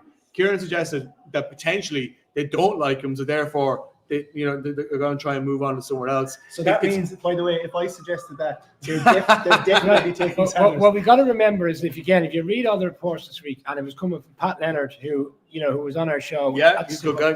Very good guy, reliable, has his way with everything that's going on. Suggested Shane loves Jackson Dart. Sorry, David loves Jackson Dart. Shane loves Sanders. So Jalen Monroe is the compromise option. So the question is, who wins out? Who is the guy that gets to make it? And my answer would be, it should be the GM, right? Your answer may be the guy that has to coach the quarterback. That is the head coach. But ultimately, the GM is the one that selects these players. But look, collaboration, I get it. They tried to push Dable the other day at the press conference. They were back doing the voluntary camp, and he was doing his press conference, and they're trying to push him on it. And he said, no split decisions. Everything is tightly discussed. We don't always agree on it, but we all collaborate and make the right decision.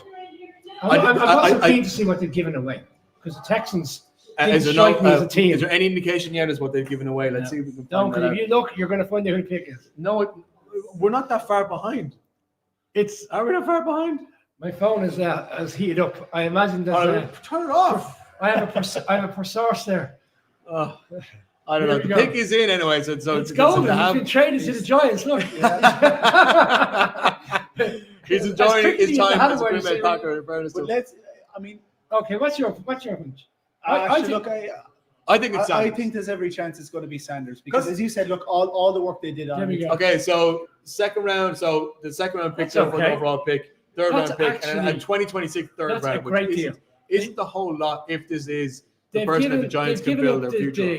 The comfy pick that they got from the pack, the McKinney deal, and Yeah. they're giving up a third So next year. the 34th, 99th, and the third rounder from next year. Oh, The camera's on Shedeur. The camera's been on Shedeur all night, to be fair. he's smiling. No, there's no way. He was like smiling, haha, and not happy smiling earlier on. So I'm looking forward now to the close-up being on your face as the pick comes in, because it would either be glee if it's a quarterback, or complete and utter shock if for some reason decides If not to it's pick quarterback. Jackson Dart, I will hang around and get the first dart home. But this is why I think it is Shedeur Sanders, because they could have waited the 34 to take Jackson Dart, I think. So therefore, the fact that they are moving up suggests to me that they want to take Shedeur Who's Sanders. going to come up and take Shedeur at this stage? The Browns. I think what would worry them is the Browns. Browns. Because the Browns have the extra capital from the deal in which we just saw The earlier. Browns, the But Rams. Sorry, I think there was a lot The of Rams talk of the are- Rams. the Rams Well, are they second jumped ahead of next. the Rams for good reason. That's what They might have suspected that the Yeah, Rams. Well, then it would be Dart. I think there's a lot. I think there's a lot of talk that the Rams were going to take Shador. Really? I thought they would have been taking No, Dart. I heard a decent chunk of talk that if the Rams had a chance to take Shador Sanders at 26, they were going to take it, but they weren't going to go above and beyond to try and trade up again. The over under for quarterbacks as well in the first round was 2.5, and I think if this is, you're going to have a quarterback picked here, I think the over is a strong possibility now. But we had a conversation before we came down, before we came on air tonight. I was talking about, I think it was Nick Wright was speaking about it during the week. Yeah. He said these blue chip players, your Abdul Carters, your Myles Garretts, your TJ Watts, they might be worth a point or two a game if they hit. But There's Joe. a quarterback that turns out to be what you hope he can be, he's worth a good 6 or 7 points per game. If you ever want a funny one, Joe there, license plate guy, was on our live broadcast in London before the Packers game, which the Giants won, by the way. And he was on the live show. We were doing it across the road from the stadium, and he came back on during the broadcast like this and literally slid across the table in real time.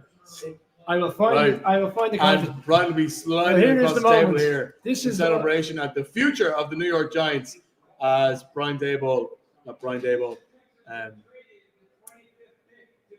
Roger Goodell comes up to deliver the news. In the 2025 NFL Draft, the New York Giants select Jackson. Jackson Dart has been picked as the next New York Giants Oh, quarterback. Jesus. Shador Sanders snubbed again. Ole Miss quarterback Jackson Dart is now playing for the New York Giants. The Giants not only picked him up, traded up to get him. Shador Sanders still on the board. Jackson Dart is now the quarterback. And you're taking the Dart home, Brian. Is that right? Is that right? It looks that way, yeah. Let's pack it up, babe. Well, look. As the week has transpired, it was becoming more evident that he was the guy they were after. Brian Dable, if you read the reports and the reports that came out today from all the very reliable beat writers, was Jackson Dart is the guy he wants. There we go. So Ben's had to buy a Jackson Dart jersey for Ole Miss. Maybe do you want to borrow that off him as well? You might sell it to me now at this stage. will you? Yeah, Yeah. maybe make a few quid off that. You see the comparisons being made there to Jalen Hurts.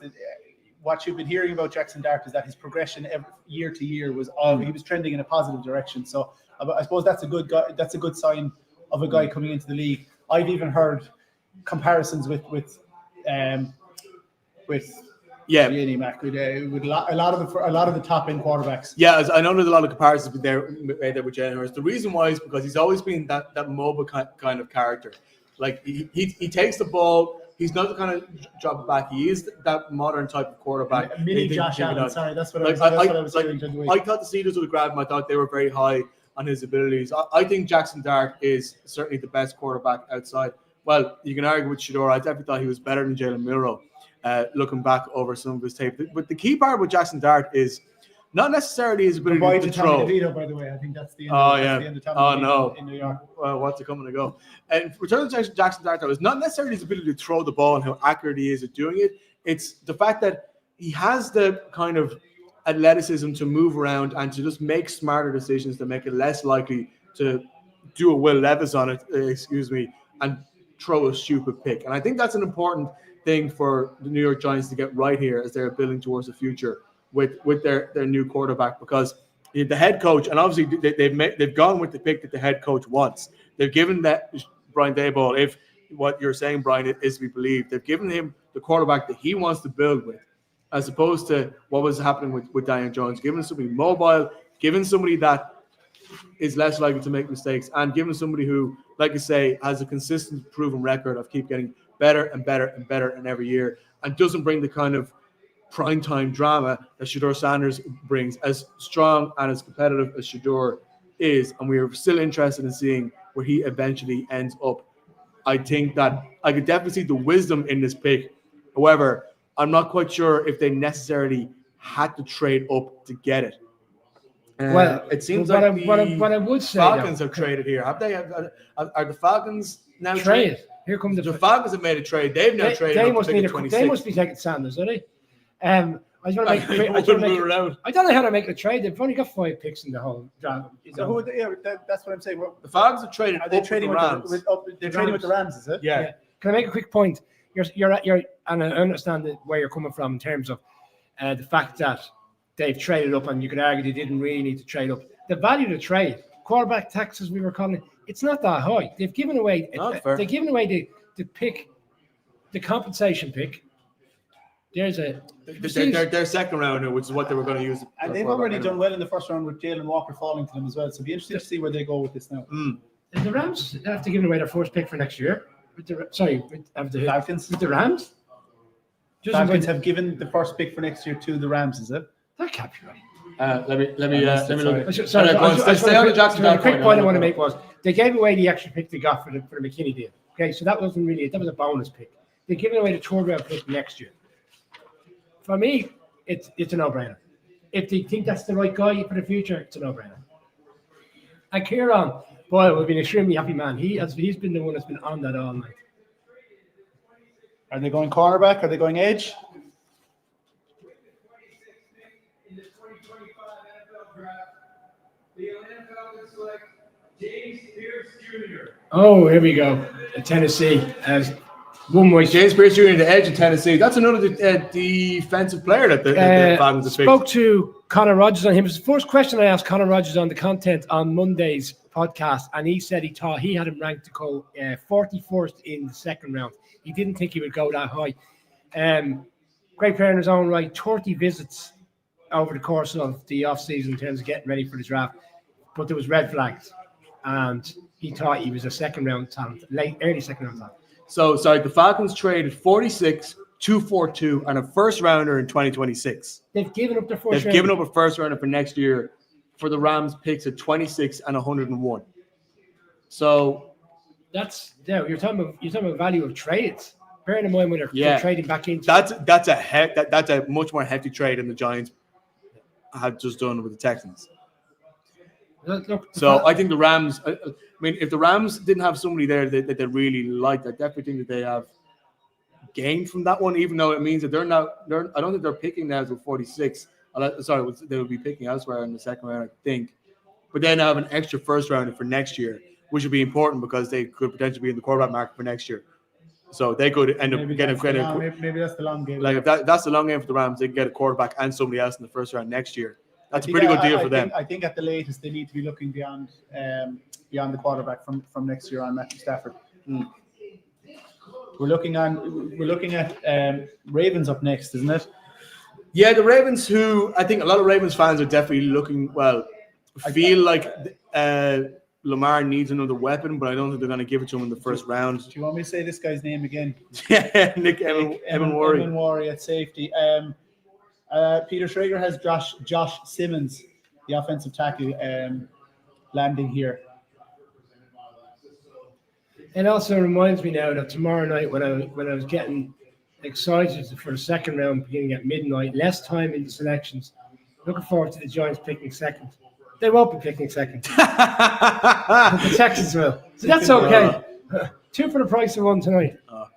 We're nearly coming to the conclusion. Right. I think are we still in the round of 30-second breaks, or is it the Jackson Dart news was too damn shocking for us to even consider sort of taking a second to put a breather on that, because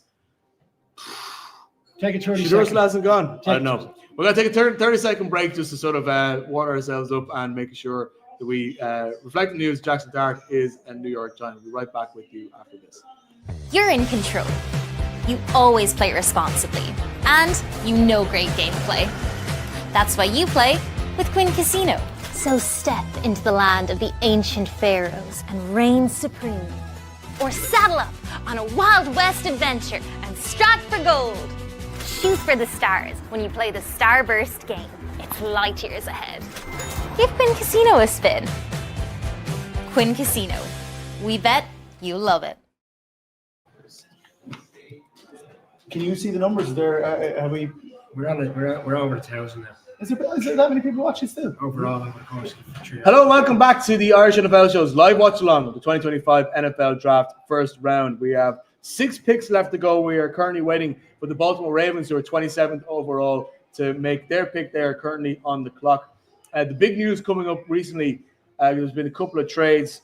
Probably the less newsworthy, the fact that the Falcons traded up to 26 with the Rams. More newsworthy, the Giants traded up to 25 with the Texans, picked a quarterback. They did not pick Shedeur Sanders. They picked Jackson Dart. So we will move on from that one. I'm sure we've got plenty of time to talk about that as we reconvene at 9 o'clock tonight, tomorrow night, whatever way you want to look at it, as Kieran Boyle, Connor Brophy, and whichever of us manages to still be awake at that time, reflects on a hectic first round. But we're going to look ahead towards the Ravens now. I know we're talking very much the Ravens are a team who is generally, firstly, they're keen to getting compensatory picks. They have plenty of draft capital going into this, as they generally do. Also, a lot of time they make the sensible pick, even if that's the boring pick. But that's been a consistent part of the organization. That's why they've consistently been one of the best teams in the league. But is consistently being one of the best teams in the league good enough when you're just not making Super Bowl appearances? Yeah, well, I guess look, this is a team I had touted to go to the Super Bowl this past season, and I was very high on them, especially with the trade for Derrick Henry. I just thought he was the final piece. And then, you know, they just came up short in these big moments. We were talking about the Mark Andrews moment last year, but just a stat that might be telling when this pick is made. I have a pundit in America going with Malachi Starks here at safety. Just you know, a stat here. The pass defense, Ravens pass defense finished 31st last season and allowed 63 completions on throws of 15 yards more downfield.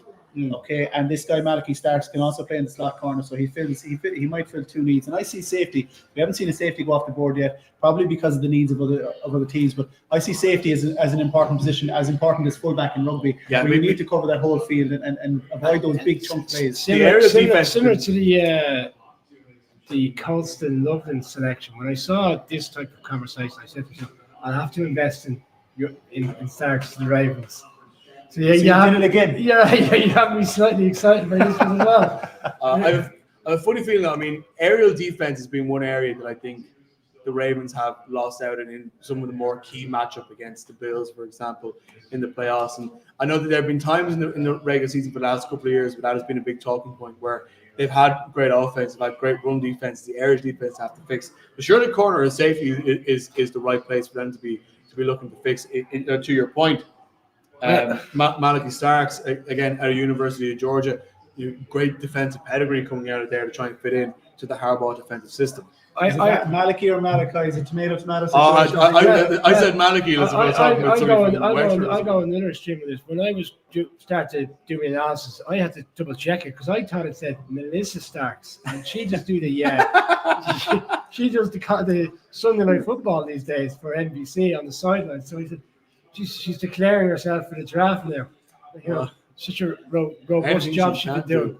But look, I'll we're getting to the latter stages. I'll joke aside. This one does fit the bill for the Ravens. Starks, is it? Yeah.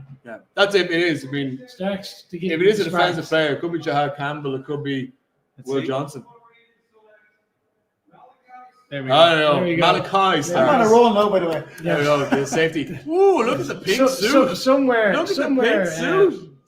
in the other parts of the country, Quinn better have a gift of that London guy who's gone, he's gone and done it again. Yeah, look, it makes sense. It's funny, I thought that going into this when we were doing the selections of these teams in our mock draft preview, I thought they might go offensive line, and I know they're being geared towards defense, but you're trying to give it as much protection to Lamar as possible. It's not even protection. I think they could improve on their passing weapons. As long as their run game is awesome. I just think, and look, maybe they will. You know, you can get if you have the right set of coaching, you can get a pretty good wide receiver in the third or fourth round, and they have plenty of picks right now. So I imagine as we get further into the draft, of course, today is only one day of the draft. There are still 2 more days and 6 more rounds after this that they might try to fix that. But this guy's an interesting player. We can see he seems to be exceptionally strong and fast when he needs to turn on the speed in those blitz plays, and we know that is a big part that the Ravens will have to take down the Bengals, for example. So I think it'll be an interesting player to watch, and I'm looking forward to seeing him. Yeah, sorry, I got to jump back to Jackson there for 1 second. There's a suit.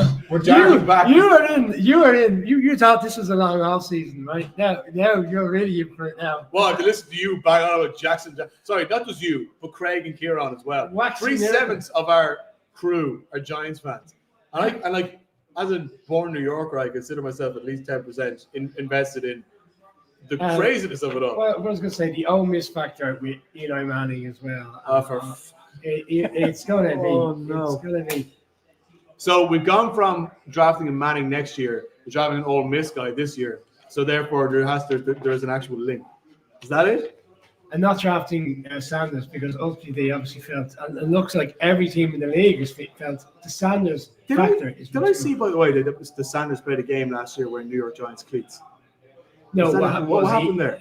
That was for one of the games in January, which he put up a social message of the cleats on the side at his locker. Yeah, but we didn't actually wear it. But didn't Dion say at one point he looks good in black and gold as well? Something like that. So that alluded to the Saints or the Steelers. So when I know we probably ended. This guy is going to be drafted tomorrow somewhere. So the Browns, I would imagine. 7th round. If the Browns were, did so much work in getting out of the, if it was the Dion factor that turned the Browns off Travis Hunter, can you see them bringing Shedeur Sanders into the building? Well, mind you, the big part of the Travis Hunter trade. What if? I mean, it depends on Cleveland's mindset or who made that trade happen. Because was the trade out from Travis Hunter because they wanted out of Travis Hunter, or because what was given to them by the Jaguars was so good they couldn't turn it down? Because they got a pretty good deal out of it. So maybe that they're not so, disillusioned with the Sanders factor after all. Just on Detroit now. In lockstep that they're going to go edge defense. So Mike Green is the highest. Donovan, another Donovan. Mike Donovan Green, Ezeraku. Donovan Ezeraku, from Boston College. He's a very quick player, Donovan Ezeraku. Like, I definitely think the main thing that the Lions need to do is they need to find someone to help Aiden Hutchinson. So edge defender is the move that makes most sense. And there's nobody else on the boards, I think, would make them move differently. They're kind of set at wide receivers, possibly a safety. Again, Eamon is still on the board. He's haunting us with that pronunciation. Yeah, like they could potentially look for a Jahad Campbell linebacker, but I don't think they're going to do that over going for Mike Green or Donovan Ezeraku. I think Mike Green is my bet. So we are looking now as the Detroit Lions are on the clock. Plenty of Lions fans, of course, in Green Bay, but we have to cut back to Malachi Starks. Malachi Starks, who is getting interviewed. Just on the Detroit Lions, Shane, but while we're waiting, how much do you think the loss of their two coordinators and the few players that they've lost as well in the offseason takes that air of invincibility away from them within the division? It seems tough to quantify that, because it seems like the area of invincibility and the mentality, because I think so much around Detroit's success over the last couple of seasons hasn't necessarily been in scheming. It has been in the human aspect of football, which is brought out so much by Dan Campbell. I'm not just saying that any coordinator can go in and do it, but I think like more so than other teams. Like, for example, in Kansas City, it's so much about Steve Spagnuolo's defensive game plan as part of their defense, and the genius of Andy Reid in terms of designing the offense, and it's very much success by design. Whereas I feel like Detroit is a lot more, because you think of the brand, it's about grit, it's about playing hard. The fact that they had so many injuries last year, but it didn't hamper them too much because they play with a system which anybody can lock into, and it's about buying into what the team's doing. So I think it's more about keeping that emotional aspect up, which the loss of coordinators there probably wouldn't affect them as much as other teams. For me, I think the bigger question around the Lions is A few boos here as well, by the way. Oh yeah. The bigger question around the Lions is actually how sustainable that is, because they play such hard, aggressive, in-your-nose football. So we'll get the pick here. Yeah. Tyler Williams, defensive tackle from Ohio State. So yeah, as we were saying, a frontline defender. Not the edge players that we were looking for, but defensive tackle who plays in the Big Ten. A lot of Ohio State guys they're going into the trenches. That was the general feeling. That was one of the formalities. Yeah, we spoke earlier about the Falcons, and I said they were like the longest odds to take a defensive tackle or edge. Yeah. Similarities with the Lions. The line with Quinbet never moved. It was consistent. They're going to go defense. When you look back on the game, in particular the one they lost in the playoffs, and I know you could argue that the Lions gave a lot away offensively. Their defense gave up so much in that game. And you think of that Bills game as well, where they came out the wrong side of that one, which was a 52-48 game. They had so many high-scoring games last year. But fortunately for them, they got such a stellar offense. They were getting over 9 in a lot of games. But I think Dan Campbell and Holmes, the GM, would be thinking, a lot of we were winning these games 27-10 or 27-13, and where our defense is holding up, because they weren't holding up, and it came back to haunt them. Yeah, absolutely. Of course, the team that they beat them was the Washington Commanders, and we were previewing this a couple weeks ago that the Commanders, out of all the teams, probably the hardest to get a beat on as to what they're going to do in the draft. There's a hell of a lot they could do. It might just be a thing of just sort of picking the best player as they're coming in here. Running back would be nice to get. Guard would be nice to get. And cornerback could be somebody that they go for. They lost their receiver, De'Ami Brown. They traded away. So, I mean, they will be in the market for a receiver at some point as well. You've I don't want this first round job. 3 receivers gone. Yeah, maybe not. Just on the other side of it, we just getting back to the Lions for a second. I talked about the Lions coping with the loss, but on the flip side of it, then, like you as a Patriots fan, you saw Bill Belichick and Tom Brady and all these guys established the Patriot way, just like Dan Campbell has established his culture. Bear in mind, they haven't won a championship, but I think it's unanimous that there is this culture has been established in Detroit. But then you saw these coordinators leave with a huge weight of expectation on them to become head coaches from New England and couldn't do anything. So how much pressure is on Ben Johnson and Aaron Glenn now to have that immediate effect on their teams going forward? And is there any guarantees that they are going to be the answer at head coach? More so for Aaron Johnson, because Ben Johnson. Ben Johnson. Yeah. Sorry, I mixed up the two names. Because there was so much pressure on him because he was the most highly touted head coaching candidate going in, and then of course he goes to a team and in a division that they know well, and in the same division. And there's very much an expectation that he brings not just the culture, but again a style of playing, which is a more modern way of doing things from Detroit over. Aaron Glenn less so, I think, because I think he has a bit more of a carte blanche to kind of do what he needs to do and to set a tone the way that he has to. It's not necessarily, of course, people get hired on their CVs, but I don't think there's much of a weight or an expectation to bring the Lions way to New York as it is with Ben Johnson in Chicago. Both have slightly put themselves inadvertently into the spotlight. Aaron Glenn, by his I suppose, decision to not come out publicly and defend his decision to cut Aaron Rodgers the way he cut him, with Aaron Rodgers then getting his side of the story in first. Ben Johnson came in, he did his opening press conference, had a sly little dig at Matt LaFleur, about beating him twice last year. I don't take that personally at all whatsoever as a Packers fan or anything like that. However, to me, there struck me as that there's an element of that Mike McDaniel kind of crack, and I'm just saying, he needs to have the substance now to back it up. Yeah. Okay. It's beyond doubt he's a great offensive mind as a coordinator, but he's going to need to have that substance and get in and hold everybody accountable from day one. And if he wants to bring that culture, he needs to bring that bit of Dan Campbell attitude with him as well.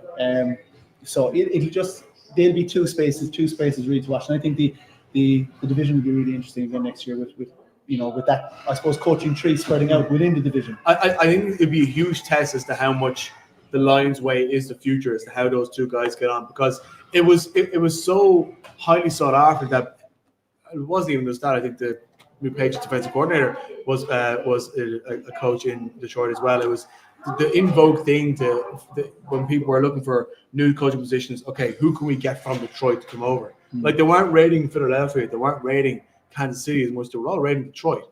So I don't know, it'll be very interesting. The pick is in, by the way, for the Washington Commanders. They are picking 29th overall. After this, we all have the Bills, Chiefs, and Super Bowl champion Eagles left. And then we're finished with my Super Bowl champion Eagles. See that? The Eagles own that now. I was just Sticky Lombardi. Sorry, before we get on, by the way, and talk more about it could be the Commanders. You just said, like, it happens every 3 or 4 years. It's a cycle where one team gets, I'll use the word, rated in the offseason for coaching. Like the 49ers a couple of years ago, Salah was taken away. There was a number of other coaches. Daniel. his pal in Miami. That's going to be the forever today now. Yeah. I think Kieran. So like it does. He's going to win a Super Bowl now in the next 2 years. It does I tend to guarantee happen. Yeah. Yeah, and then they turn off the PlayStation. Just by the way, for anybody who's still awake, thank you, by the way. I really appreciate it. Just to turn our attention to the banners behind us, it's different to the logos you've seen. And I guess we're kind of soft launching a bit of a rebrand. Watch out for the rest of that. In due course. We decided to, so knowing full well that, the Giants will be having a new quarterback, that we would decide to give ourselves a new look. Definitely nothing to do with the fact that, it's a really big year for the NFL and honor. Tomorrow when Craig, who's doing his own podcast tonight, puts out a few nice graphics, Instagram, bit of Jackson, Michael Jackson. Oh, tackle. Josh Connerly Jr., the tackle from Oregon. He was one now that was watching being the Commanders. touted as late first round, but a lot of people had him early second. Early second. And in fact, when I was listening to the podcast and thinking around the Giants, they were saying if he was in the second round, would you consider going with him? And because they need to again refresh the offensive line as well. Calvin Banks is gone, isn't he? So Josh Simmons is the only is the highest tackle left. I would imagine I seen him tell. It's just Josh Simmons, Chiefs, yeah. Josh Simmons hasn't gone yet. I think we'd be delighted to go. But interesting, of course, because when we were talking about the Commanders are going in with a completely different set of expectations on them than they were this time last year. In a similar way to the Texans were, but obviously, I think to a higher extent because the Commanders made it to the NFC Championship game with Jaden Daniels as quarterback, with Dan Quinn, with everything else going there. So this is, I think, a nice indication as to what the team's priorities are. They're at the situation where they could have gone for defensive player, they could have even gone for wide receiver. They're picking to protect Jaden Daniels and know that he is a very valuable asset. So interesting to see how the Commanders are approaching the new era there now. And just on the Commanders as well. Like, I mean, this time last year when you were sitting here doing the draft, how many people would have predicted how seriously we're taking the Commanders now? None. As a contender. They were picking the second pick. Yeah. Well, we knew they'd be better. And again, you look at this draft. Is there a team now? This draft that you would be more confident? Is it your team? Yeah. Sorry, two first So rounders. are you a new believer quarterback, now? Are new you a defensive Jack star. Sexy believer? Dexy is still around. I was never opposed to him. You were talking about getting the dart home. Yeah. You did say that. Yeah. Yes. Well, it might have been a joke, like a Xavier Leggett joke last year. Did you not see our social? There's already an immediate photograph of the dart. You said on the show a couple of weeks ago that the Bills would look for another explosive weapon to complement a great offense from the Josh Allen. And how many explosive weapons are left though? That's where I was going. They've all We're only in gone. round one, lads. And you've robbed them. We're only, we're only in Yeah. round one. Yeah. Most of the best wide receivers in the league now are first rounders. And the Bills traded out with the Chiefs last year, and they took a wide receiver. And because Wardy made the Super Bowl and was really effective with the Chiefs, everyone said, "Oh, look what the Bills gave up." The Bills. I'll give you one potential name. The Bills gave the Bills wide receiver in his own way had a very good season. Started a little bit slower. Yeah, Keon Coleman. Excellent. Started slower. But by October he was pretty good. Yeah. What's the situation with Amari Cooper? Pretty good. Amari Cooper is a free agent. Okay, but so he's not on the Bills at the moment. Okay, No. so Jaden Higgins potentially as a weapon. Check that one out. Jaden Higgins is the only other receiver that I would have, I suppose, done any bit of looking into when. You were hoping for him to land in Green It's Bay. interesting that he hasn't been picked up. He still hasn't been picked up Amari Cooper. He's still a free agent. Yeah, There's some interesting players out there that are still like Asante Samuel Jr., cornerback out of the Chargers. Sorry, Still not seen it. it's like Trayvon Henderson running back with Ohio State. Is there a market for him here? Not really, because the Cook was so effective for them in the second half of the season. You get away from what Cook was cooking in that game against the Chiefs, and they they never gave him the ball in that final drive. It was bizarre. I'd be surprised to go. Has there been a cornerback taken yet? Will Johnson? Is he gone? We had one cornerback because the Broncos took the quarterback. Is that Will Johnson? Or Will Johnny Johnson. Barron. So Will Johnson is still there. Will Johnson is still around, as is Jahad Campbell, as is Josh Simmons, as is Nick Emamori, as is Dominic Zaraku. There's a lot of good players still around there. Keep naming people so that we, it it increases the odds of us being right. We'll still be wrong. So I actually skip past Maxwell Harrison. It'll be interesting now. show tomorrow night at 9 o'clock when we're all. Tomorrow night, tonight, in Bleary-eyed. how many hours? I'll be interested in Connor and Kieran's takes. Obviously, we've been able to see this live. I know Kieran joined us at the top of the show. We'll always start off with his opinion on Jackson Dart. He's been steadfast. He wanted Jackson Dart. I know he has, yeah. And that's what I mean. I'd be interested to hear his opinion. I feel like he would be. And the other good thing, with all due respect, Kieran watches way more college football than we do. Oh, He's calling their stellar players. Yeah, no, Kieran. I would trust Kieran's judgment in that, and I know obviously Kieran, I think, is very doesn't like the Sanders element of it, understandably so. Someone's going to have to take a punt on him. I think it will be the Browns tomorrow. I think the Browns will take him tomorrow. Who's picking first in the second round? The Browns. The Browns. And then it was the Browns. Can I ask you a question? So the Browns are the next quarterback needy team who are picking unless somebody else trades up with the Eagles. Is the main knock on Tyler Shough his age, that he's 26 years old? He's had a broken leg. Okay. He's had dislocated shoulders. 2 dislocated shoulders and a broken leg. He's all shook up. So it's not the main knock. He's all shook up with him, yeah. So someone's on the Now, when guard. it worked my pronunciation the other day, I called him All shoe up. Mike Green's still available as well. How are we feeling now, Brian? I feel like we were less energetic this time last year. We got by half three. Injection of life. You know what I mean? I feel like we were a bit. Now, in fairness, we had driven down the court that morning. And in fairness, you come up, keep us. I think Leinster the boys. nature- And thanks for taking the draft from Cork to Dublin. Yeah. It's First for year the year that you're I've in. been Whereas involved, last year we all had to come down from Leinster. I think the nature of this draft and how it's played out is Much more very, intriguing. very different to last year. It's kept more people away. I think I agree with you. I think this is much more intriguing the way this has gone on. It was much Whereas more last time it was exciting. like, quarterback. Now it's what? There's so much of this if I'm confused. But even the fact that there was no teams traded, it was the fact that some of the selections were off-putting compared to what everyone was expecting. We were also expecting certain players in certain positions didn't transport, and then obviously where it was that position taken, it wasn't the player. Here come the Bills.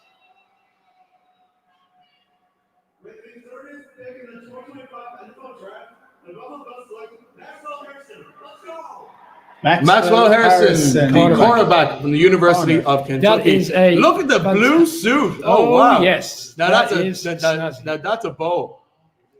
That's for the first round pick in itself, isn't it? He's ruined with the trousers, man. See that? What's he doing with the trousers? It's interesting how many of these guys wrong shade of blue projected themselves to go in the first round to be confident enough to show up as well. Well, no. Well, you get invited. Or you get invited. You get invited. But if you get invited, do you go if you think you mightn't? Some decline it. I don't know. So what's happened? Anybody who's even talked in the first round has knows their value. So I think so Steve Weish, NFL Network, not the most recent interview, an interview which I did with him last year. We were talking about the fact that the league used to have all and sundry there. It was 40 odd players. Then they streamlined it down to 20, and now they invite the players.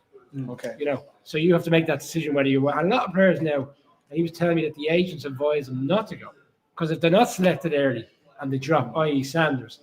If Sanders is in the green room or whatever they're calling it in Green Bay, can you imagine the camera continues to scrutiny? It would be Aaron Rodgers style. I'd say, imagine a lot of Bills fans are watching Maxwell tonight and sort of really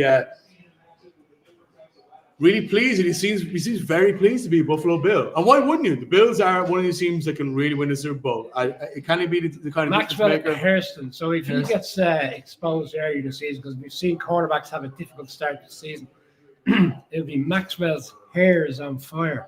I was thinking more if he's the kind of player who can really blitz easy. He's always in there. Max out hitting in the fourth quarter. No, Maxwell Silver Hammer. Bang, bang. Took the quarterback down.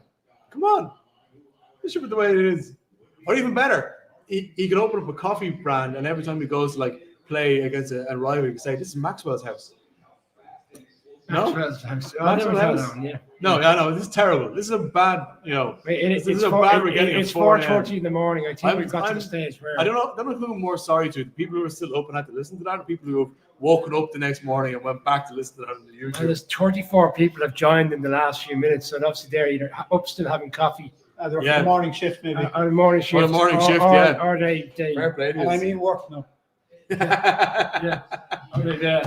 They're intrigued by your Maxwell house and needed to join in and see what the story Yeah. was. We're coming to this the defeated Super Bowl I team think now, Simmons the is the Chiefs. guy you called a few minutes ago. That would make most sense. He's been mocked to them in numerous drafts. Well, Yeah, but I'm saying I don't know whether that's okay. Obviously, they've lost Tooney, and it seems like an obvious need. But at the same time, I just feel like the trauma of how bad the offensive line played in that Super Bowl is going to force them to be drastic and pick an offensive lineman here. Is it that simple? I mean, is that how we're looking at it? the only two I have left on my list are Josh Simmons and Jonas Savania. Okay, if Savage I lad. come anywhere near pronouncing that, the only other bit of I suppose. But Josh I Simmons think is, the only other- is still on the board. The only other noteworthy pieces that I have on the Chiefs is you look at their skill positions. Xavier Worthy, Rashee Rice, Isaiah Pacheco. Oh, sorry, we have a trade Uh-huh. between the Super Bowl teams. The Eagles are now picking 31st, and the Chiefs will pick 32nd. They've gained, was it a second round pick? This happens at the end of every.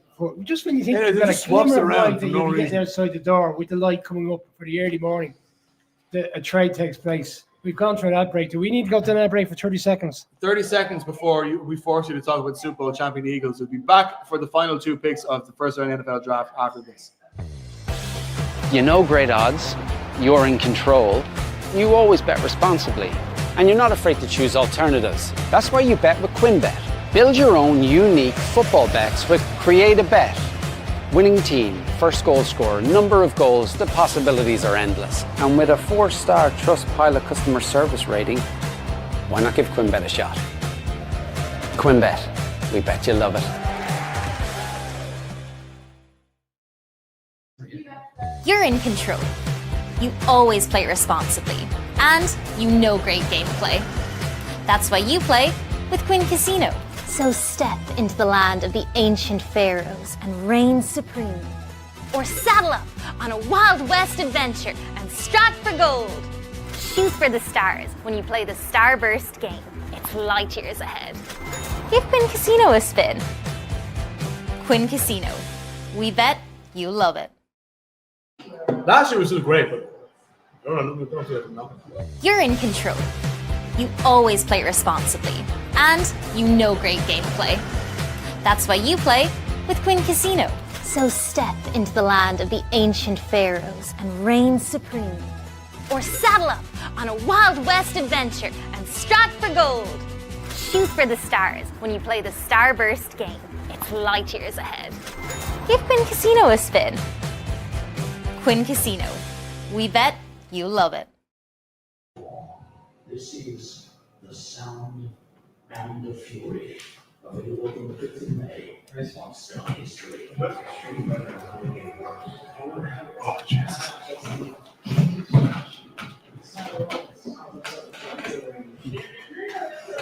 Ready to go? Yep. Welcome back to the final two picks of the 2025 NFL Draft. First round and the Irish NFL shows live watch along. The biggest talking points for tonight, well, people don't seem to be too sure on Shador. Was the Giants made it dark for Jackson Dart, and amongst other talking points as well, as this draft has thrown up a lot of things which we were not expecting. I can't imagine there is a single mock draft in the world which has got anything right so far. Guys, before we went off for a break there, the Eagles and the Chiefs effectively swapped places. I'm not need to triple check what the Chiefs got as well. Outside, I think it was a 5th round pick on top of the 32nd as opposed to the 31st pick. So there's also somebody the Eagles really like here, which they were afraid the Chiefs would get, or afraid that somebody else would get from the Chiefs. So when we're looking at the Eagles and their main areas, they've had a lot of guys leave, and I think that those defensive trenchmen is definitely what a lot of people are looking at ahead here. What way do we think the Philadelphia is going to look at for this pick? I'm confused by it, to be honest. I can't see. I wouldn't have had their needs lining up as obviously as they have. I'll give you the player. Go on. Jahal Campbell. Well, that's exactly where what I was heading. thinking. That's where I was heading. Yeah. Because we were touting him at 18 and 19. I had him in the top 10. That's where I was heading, but I didn't see the Chiefs taking him either. Do you know what I mean? Now, bearing in mind that Yeah, I think that bearing in mind that kind Connor of Bovey had him going to the Patriots at 4. And I was like, are you sure that's the correct Campbell? Did you mean the offensive line Campbell? And he wrote back saying, no, I'm going with Jahad Campbell. I went, okay, just checking. I just thought that the Chiefs need, like if it is Jahad Campbell, I thought the Chiefs need on the offensive line was so glaringly obvious. Look at that list of first and second round They players. traded away a safety, Gardner Johnson. Yeah. And it's an interesting because he was with them. Then he went to the Lions. Then he went back to the Eagles. He wins the Super Bowl, and they traded him to the Texans. So he's like, you wonder what the rationale behind that deal was. Bear in mind they to trade him, but I think to your point, there's probably a hole there. They feel they need to make a move on. I don't think the Chiefs are going to be the team to take him though. No, that's what I'm saying. Yeah, I don't. But like sometimes it's the case. So, well, listen, if you don't give us something, we're going to trade somebody else. Because That's the only way to see it. like the Philadelphia, the offensive line is pretty okay. It's The it's defensive pretty line set. is the best offensive line in football. Yeah, And they, I'm haven't trying to lost too think many have they players. lost anybody. I don't think they have. So it'll be interesting to see what way the Eagles go. I definitely think I think Jahad Campbell makes sense. It could be Nick Emenwari. Yeah, Jahad Campbell, linebacker from the took it- University we of took it all Alabama, out. same university, of course, where Jalen Hurts played, but of course we're going with Jahad Campbell on the defensive side. Jahad Campbell, I think, is somebody who we've all rated quite highly. We reckon he would be taken in the first round. A lot of us expected him to be taken much earlier in the first round, but I think a lot of people in Philadelphia are quite happy that he fell this far down the draft. Even if they had to trade up one place to get him, that's a pretty sweet deal. But that's Shadur Sanders now to the Chiefs, definitely. They found their quarterback of the next 10 years. I have this nicking feeling we're going to be here, not necessarily here next year, but towards when we're in the season and he's playing really well for the Eagles. Look, he's probably got into a really strong environment there, in a team. And one that got away for a lot of guys. Yeah, it's obvious the way. Like Harry Roseman, how does he do it? Well, how does he do it? Because other teams decided that his injury concerns were too much for them to select him. But you've got to bear in mind, other teams are selecting 90 a bit more than he is. You know, the Eagles are in a fortunate situation. They've just won the Super Bowl, really strong defense. They'll bring him in, and as Conor Rogers said on the podcast, whoever the Eagles pick will not be immediately in that team. He will be transitioned into the team because they're stockpiling. Yeah, there's a system. This is the trade-off for a guy who probably feels like he fell further than he should have in the first round. All right, You but fall what a into situation. I mean, this is where you land. How much What of a a consolation situation. is that to be in the in the home of the Super Bowl champions next year? Yeah, there's a good chance we could be talking to him in San Francisco by the time the Super Bowl comes around. That Eagles team. Oh, is he Like going you on said, Ross. holidays? Is he? he could be like sponsored by Bounty going around Radio Row like Drew Brees was. Well, look, Trying actually, to flog bear in Kitchen mind the amount of NFL players you see in Radio Row. Oh, it's crazy. it's off the wall. So yeah, And it's the same with the media now as well. So yeah. And how many rookies last year? The rookie class last year were wall to wall in Radio Row. yeah. Good crack. Rookie Radio Row. We're in the final pick. It's been an eventful 3.5 hours. Fair play to Abe for keep going throughout the course of the year. Yeah, Done a awesome fantastic work. job. I did say too when you were gone, so that just comparable to last year, there's a very different feel about this year, and I think it's a lot to do with the fact that what we've seen tonight has been compelling because it hasn't played out in the manner in which we expected in terms of teams selecting players. Maybe have selected the positions, but not the players. Last year, with the exception of one or two surprises, didn't really played out with the manner in which many expected. Is it? What have you thought about this season? How it's played out? I'm just happy that I'm happy that the Packers fans got what they wanted for a change in the No, you first round of the manifested draft. it. But I'm sorry, I'm distracted there. On the screen they've got the Eagles front seven, and it's pretty. It's pretty incredible. So look, they're going to be a force to be reckoned with again this year. But look, we got what we wanted. We got a burst of energy in the middle of it. In the middle of the draft, we got that dramatic trade. Unfortunately, someone has to fall. Someone has to be the victim. In any of these dramatic first rounds, and it's Shadur Sanders. As I said, he's going to get drafted.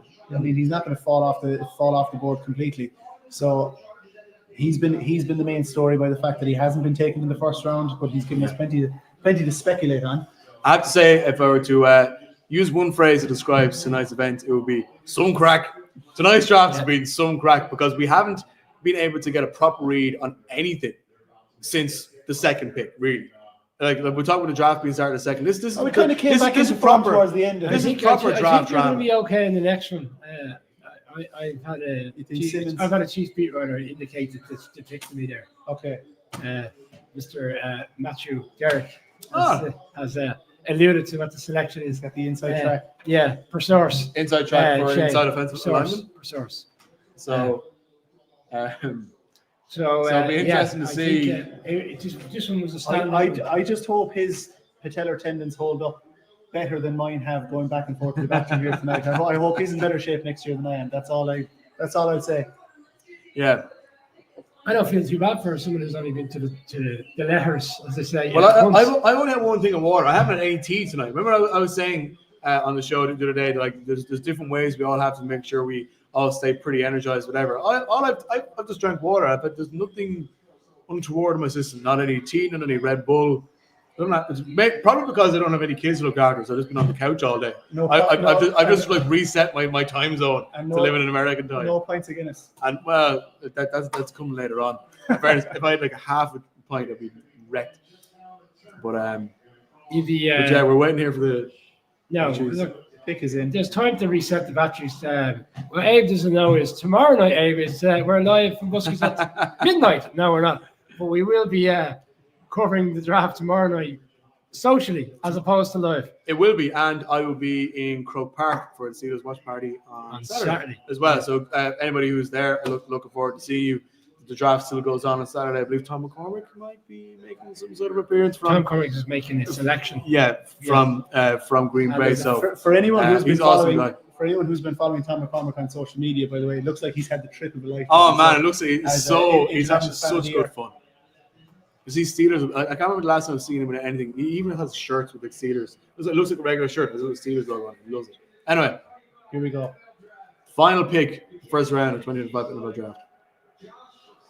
Josh Simmons, tackle from Ohio State. At long last, I've been trying to get this guy off the board all night, and finally, the Chiefs have decided to keep Josh Simmons wearing red, only this time from national champion to almost Super Bowl champion, not quite Super Bowl champion, last time around for Kansas City. But of course, keeping that offensive line strong is a big priority because even Patrick Mahomes, the last couple of years, has been trying to, to keep it strong. Remember a couple of seasons ago, he was yelling at his own offensive line, trying to keep him in go. I think last year, as I mentioned, the Super Bowl offensive line completely let him down. So I think it makes sense that for their first rounder, that's where their priorities go. Do you think it was a waste of a trade, though? Because I had Josh Simmons going to the Chiefs regardless. Do you think it was a complete waste of a trade? Or was there a risk that it was best player on the board that the Chiefs would have been? I think because they didn't have to give up anything more than the 5th round pick, they just wanted it and ensure. It's the Eagles who made a trade, so it makes sense to me. It's obviously somebody was trying to leapfrog to get to where the Chiefs were, and the Chiefs basically said to the Eagles, well, listen, it's them or you, so give us something, and then they made it swap. Okay. There we go. So look, everyone's piling home already. That's incredibly quick, and I guess we better pile out the bed and start piling all of this gear back in. The Cleveland Browns are currently on the clock as they will be picking the 33rd overall, but I imagine we will be going straight to bed as soon as we can. Thank you very much for taking the time out to join the Irish NFL Show's live watch along of the 2025 NFL Draft Round 1. Thank you to Abe for setting up all his equipment. Thank you very much to Buskers on the ball for being such a fine venue. And thank you, gentlemen, for keeping the energy. And Brian, I hope you enjoy your dart home. Thank you. So, night one is in the books. It started.